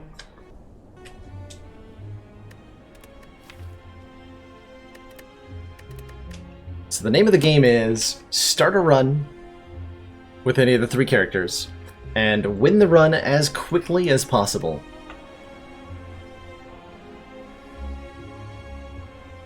Why is that off the edge of the screen? Hold on.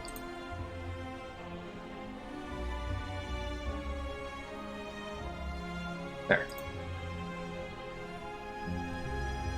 So this generally speaking means making not the best decisions, but the quickest good decisions that we can. It means not, generally speaking, taking a lot of block cards. It's all about getting as much damage as quickly as possible, and then kind of hoping that it's enough to beat the Act 3 boss. I'm gonna start on Silent because we just did an Ironclad run. No Ascension. Let's go. Don't start yet, you need to go to the bathroom quick? Well, you better make it really fast. Actually meant to click the rare card, but sure, I'll go with the smaller deck. That seems fine and adequate. Generally, speedrun also means taking as few fights as possible. As quickly as possible. I gotta enable the disable confirmation option too. That'll make my neutral survivor way quicker to play.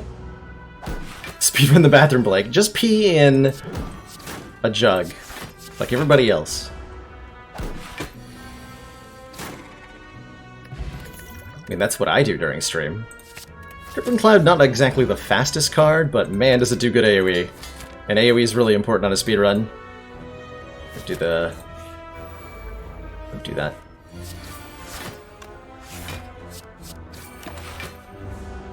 It's okay to take a lot of damage over the course of the run.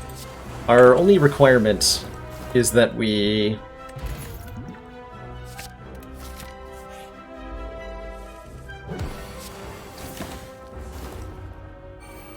have enough health to beat the boss, which isn't going to be that much. And then we get a full heal after the boss. So, if we can take damage to speed things up, it's probably worth doing. Actually taking a sucker punch? What is this world that I live in?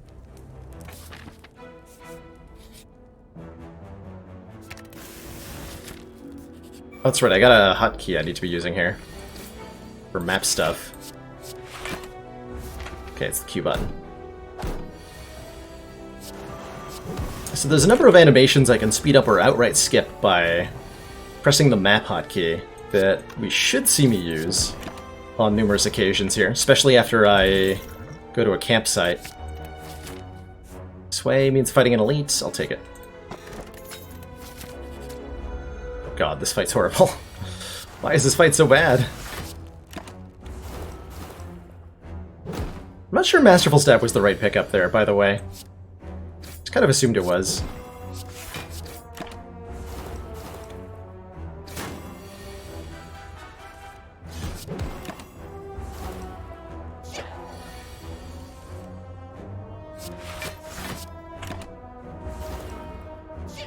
So used to that vulnerable lasting 2 turns from A20. Kind of surprised when it didn't. Backflip's fine.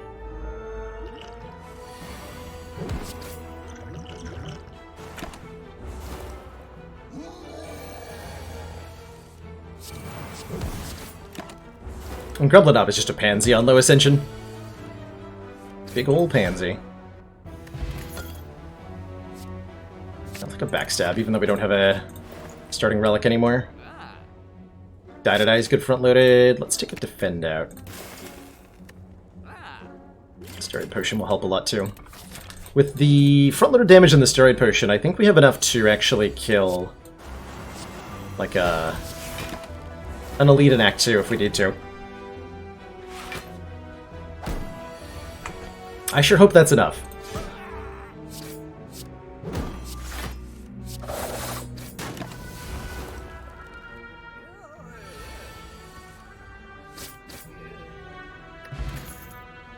Well-Laid Plans is normally really, really good, but the request that you choose a card every turn to retain is so slow that I find myself skipping it all the time.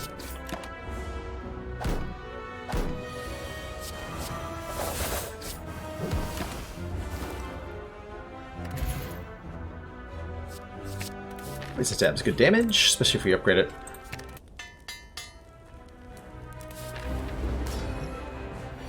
Alright, Slime Boy. This fight could go really badly, because I'm not going to like calculate split, I'm just going to hit him as hard as I can on every turn.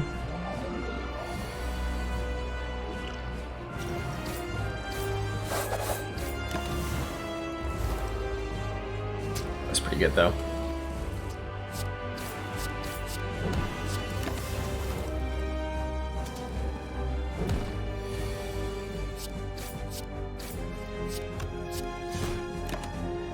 Beautiful. Hey, Jennifer's Distraction. I have a Wraith Form. It's not a fast card, but it is a good card. And we'll go Ectoplasm, because energy's great. And stores aren't nearly as valuable in a run that doesn't go to the heart. Which our run does not. Go this way. Not too many fights. A Bottle Crippling Cloud, I love it.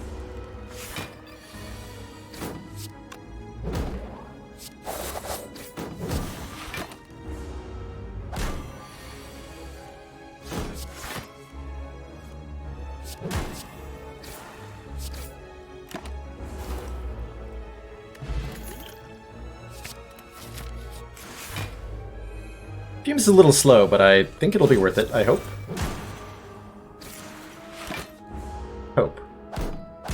Learn Pandora's Glitch? I should. If I really want to do speedruns, I should.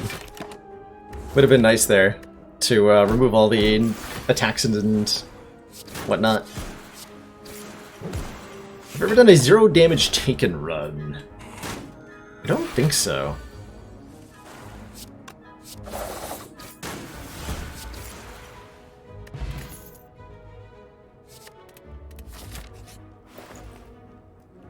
Oh.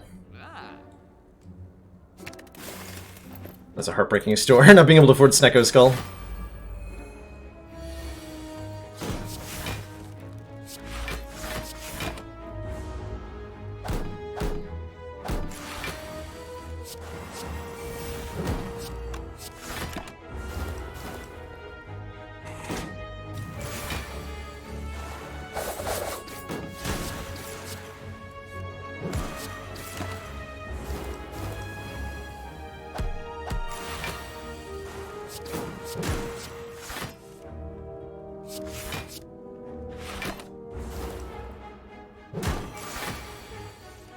Okay.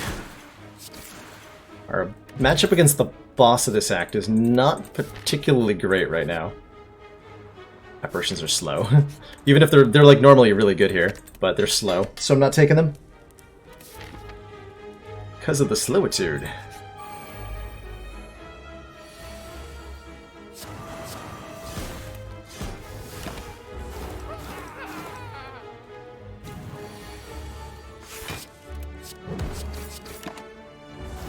We see like literally any source of AoE.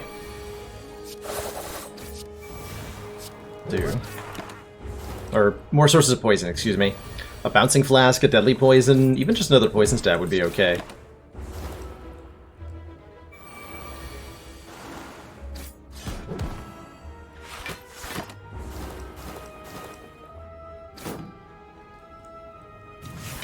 That was worth using the Swift Potion just to speed up the turn. Probably. Hey, we got our starting relic back. Good. And if we upgrade Bane, it'll be, like, pretty okay. We would have another strike.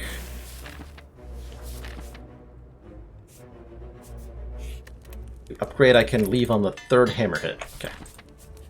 We don't have to watch the full animation then. Learning.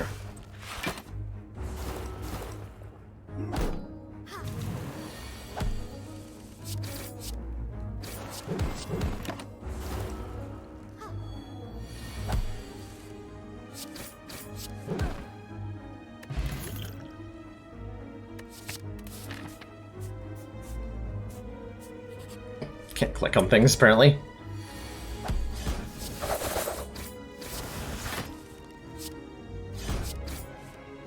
Nice. Yeah, we haven't played Wraithform yet. We will eventually play it. It's mostly for bosses.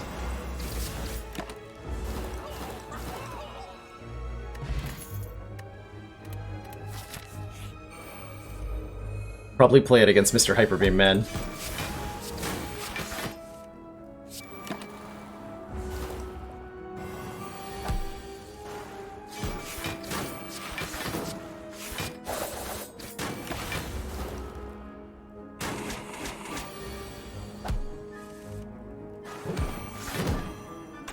Yeah, there's a 1 hit point modifier. Well, it's only kind of a 1 hit point modifier. 1 hit wonder starts you with 1 maximum health, but you're allowed to gain more than that.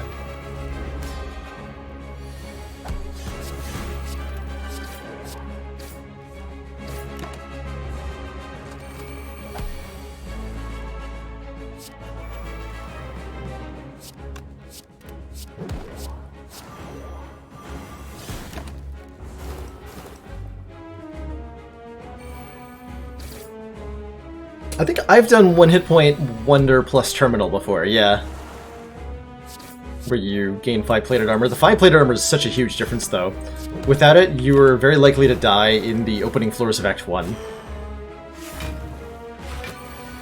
Like, it's pretty common that even on Ascension 0, Jawworm just does damage to you on turn 1, and there's nothing you can do about it. You just block Hyper Beam.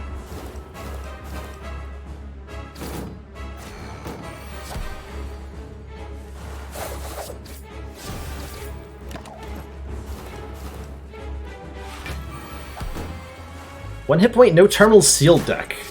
That would be doable within a few attempts. It might take more than 1 try, but it's definitely doable. Terminal cannot kill you directly, no. Anything that would reduce your maximum health below 1 just reduces it to 1. Alright, good fight.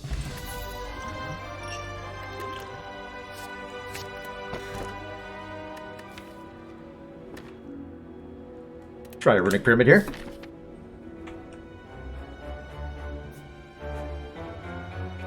Forced Elite. Not a Forced Elite. Great.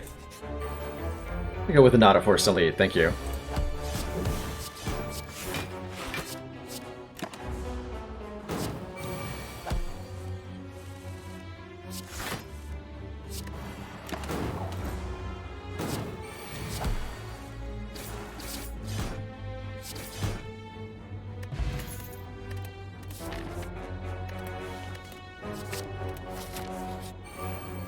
More AoE.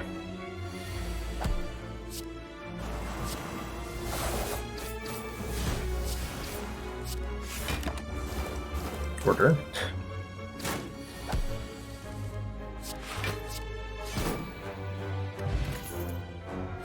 Catalyst, here we go. Upgraded Catalyst, excellent.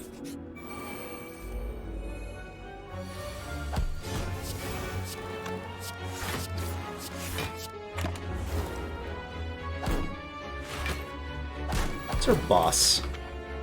Time Eater, okay. Upgraded Catalyst against Time Eater is kind of a big deal.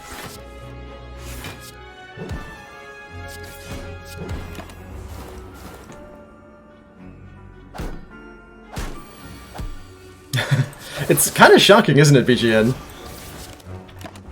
It's still entirely possible to lose on A0. It does take a lot of a lot of practice to know just what it takes to go through the difficulty on this to go through Ascension 0 this quickly, rather. I'm trying to say. It's not easy.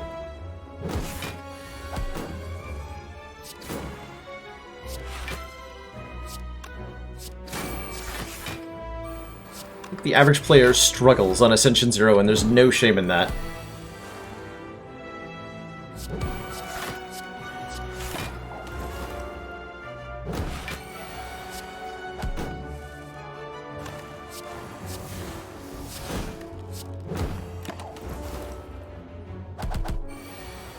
Just taking damage for no reason though? Alright.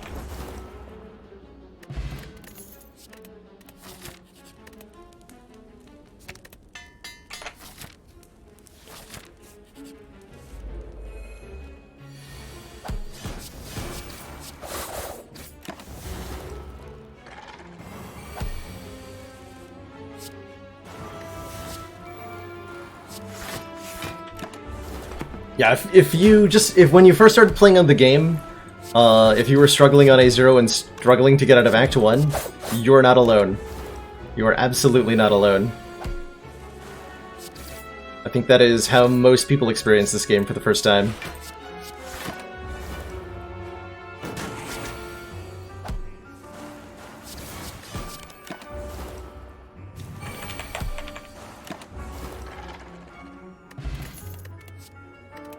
Taking too many cards is definitely a easy way to find yourself in a situation you don't want to be in. I don't know why I took the I don't know why I didn't take the pocket watch there. It'll almost never do anything though, so I don't care. Don't want to have to think about it. I think that's the answer. I don't want to think about it. Thinking about things is so last year.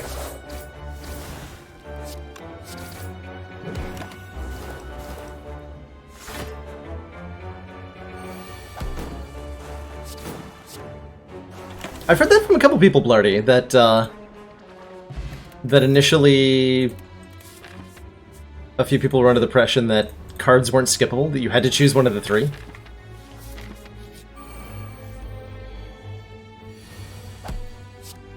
And like they didn't realize they could skip until they found a singing bowl or something like that. I wouldn't exactly call skipping unintuitive in the game, but there's definitely a few individuals out there who never realized you were able to. At least not at first.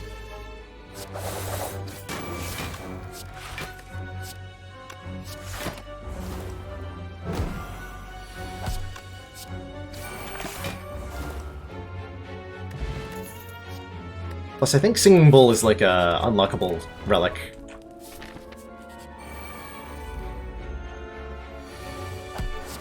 So at the start of owning the game, you won't have it available.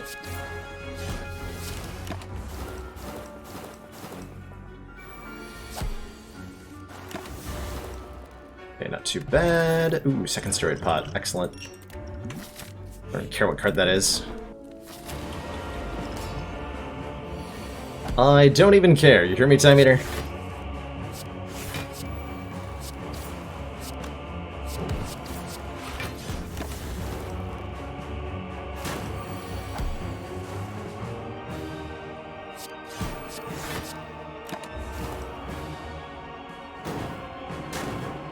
So my goal here is to use some combination of this steroid potion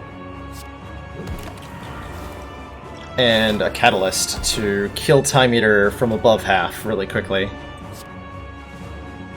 I hope that I managed to do that.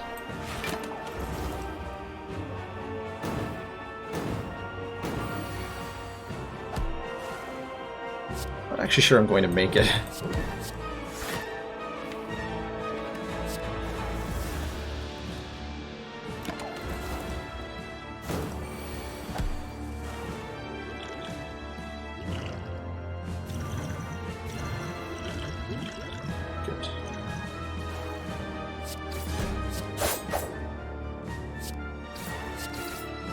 I am.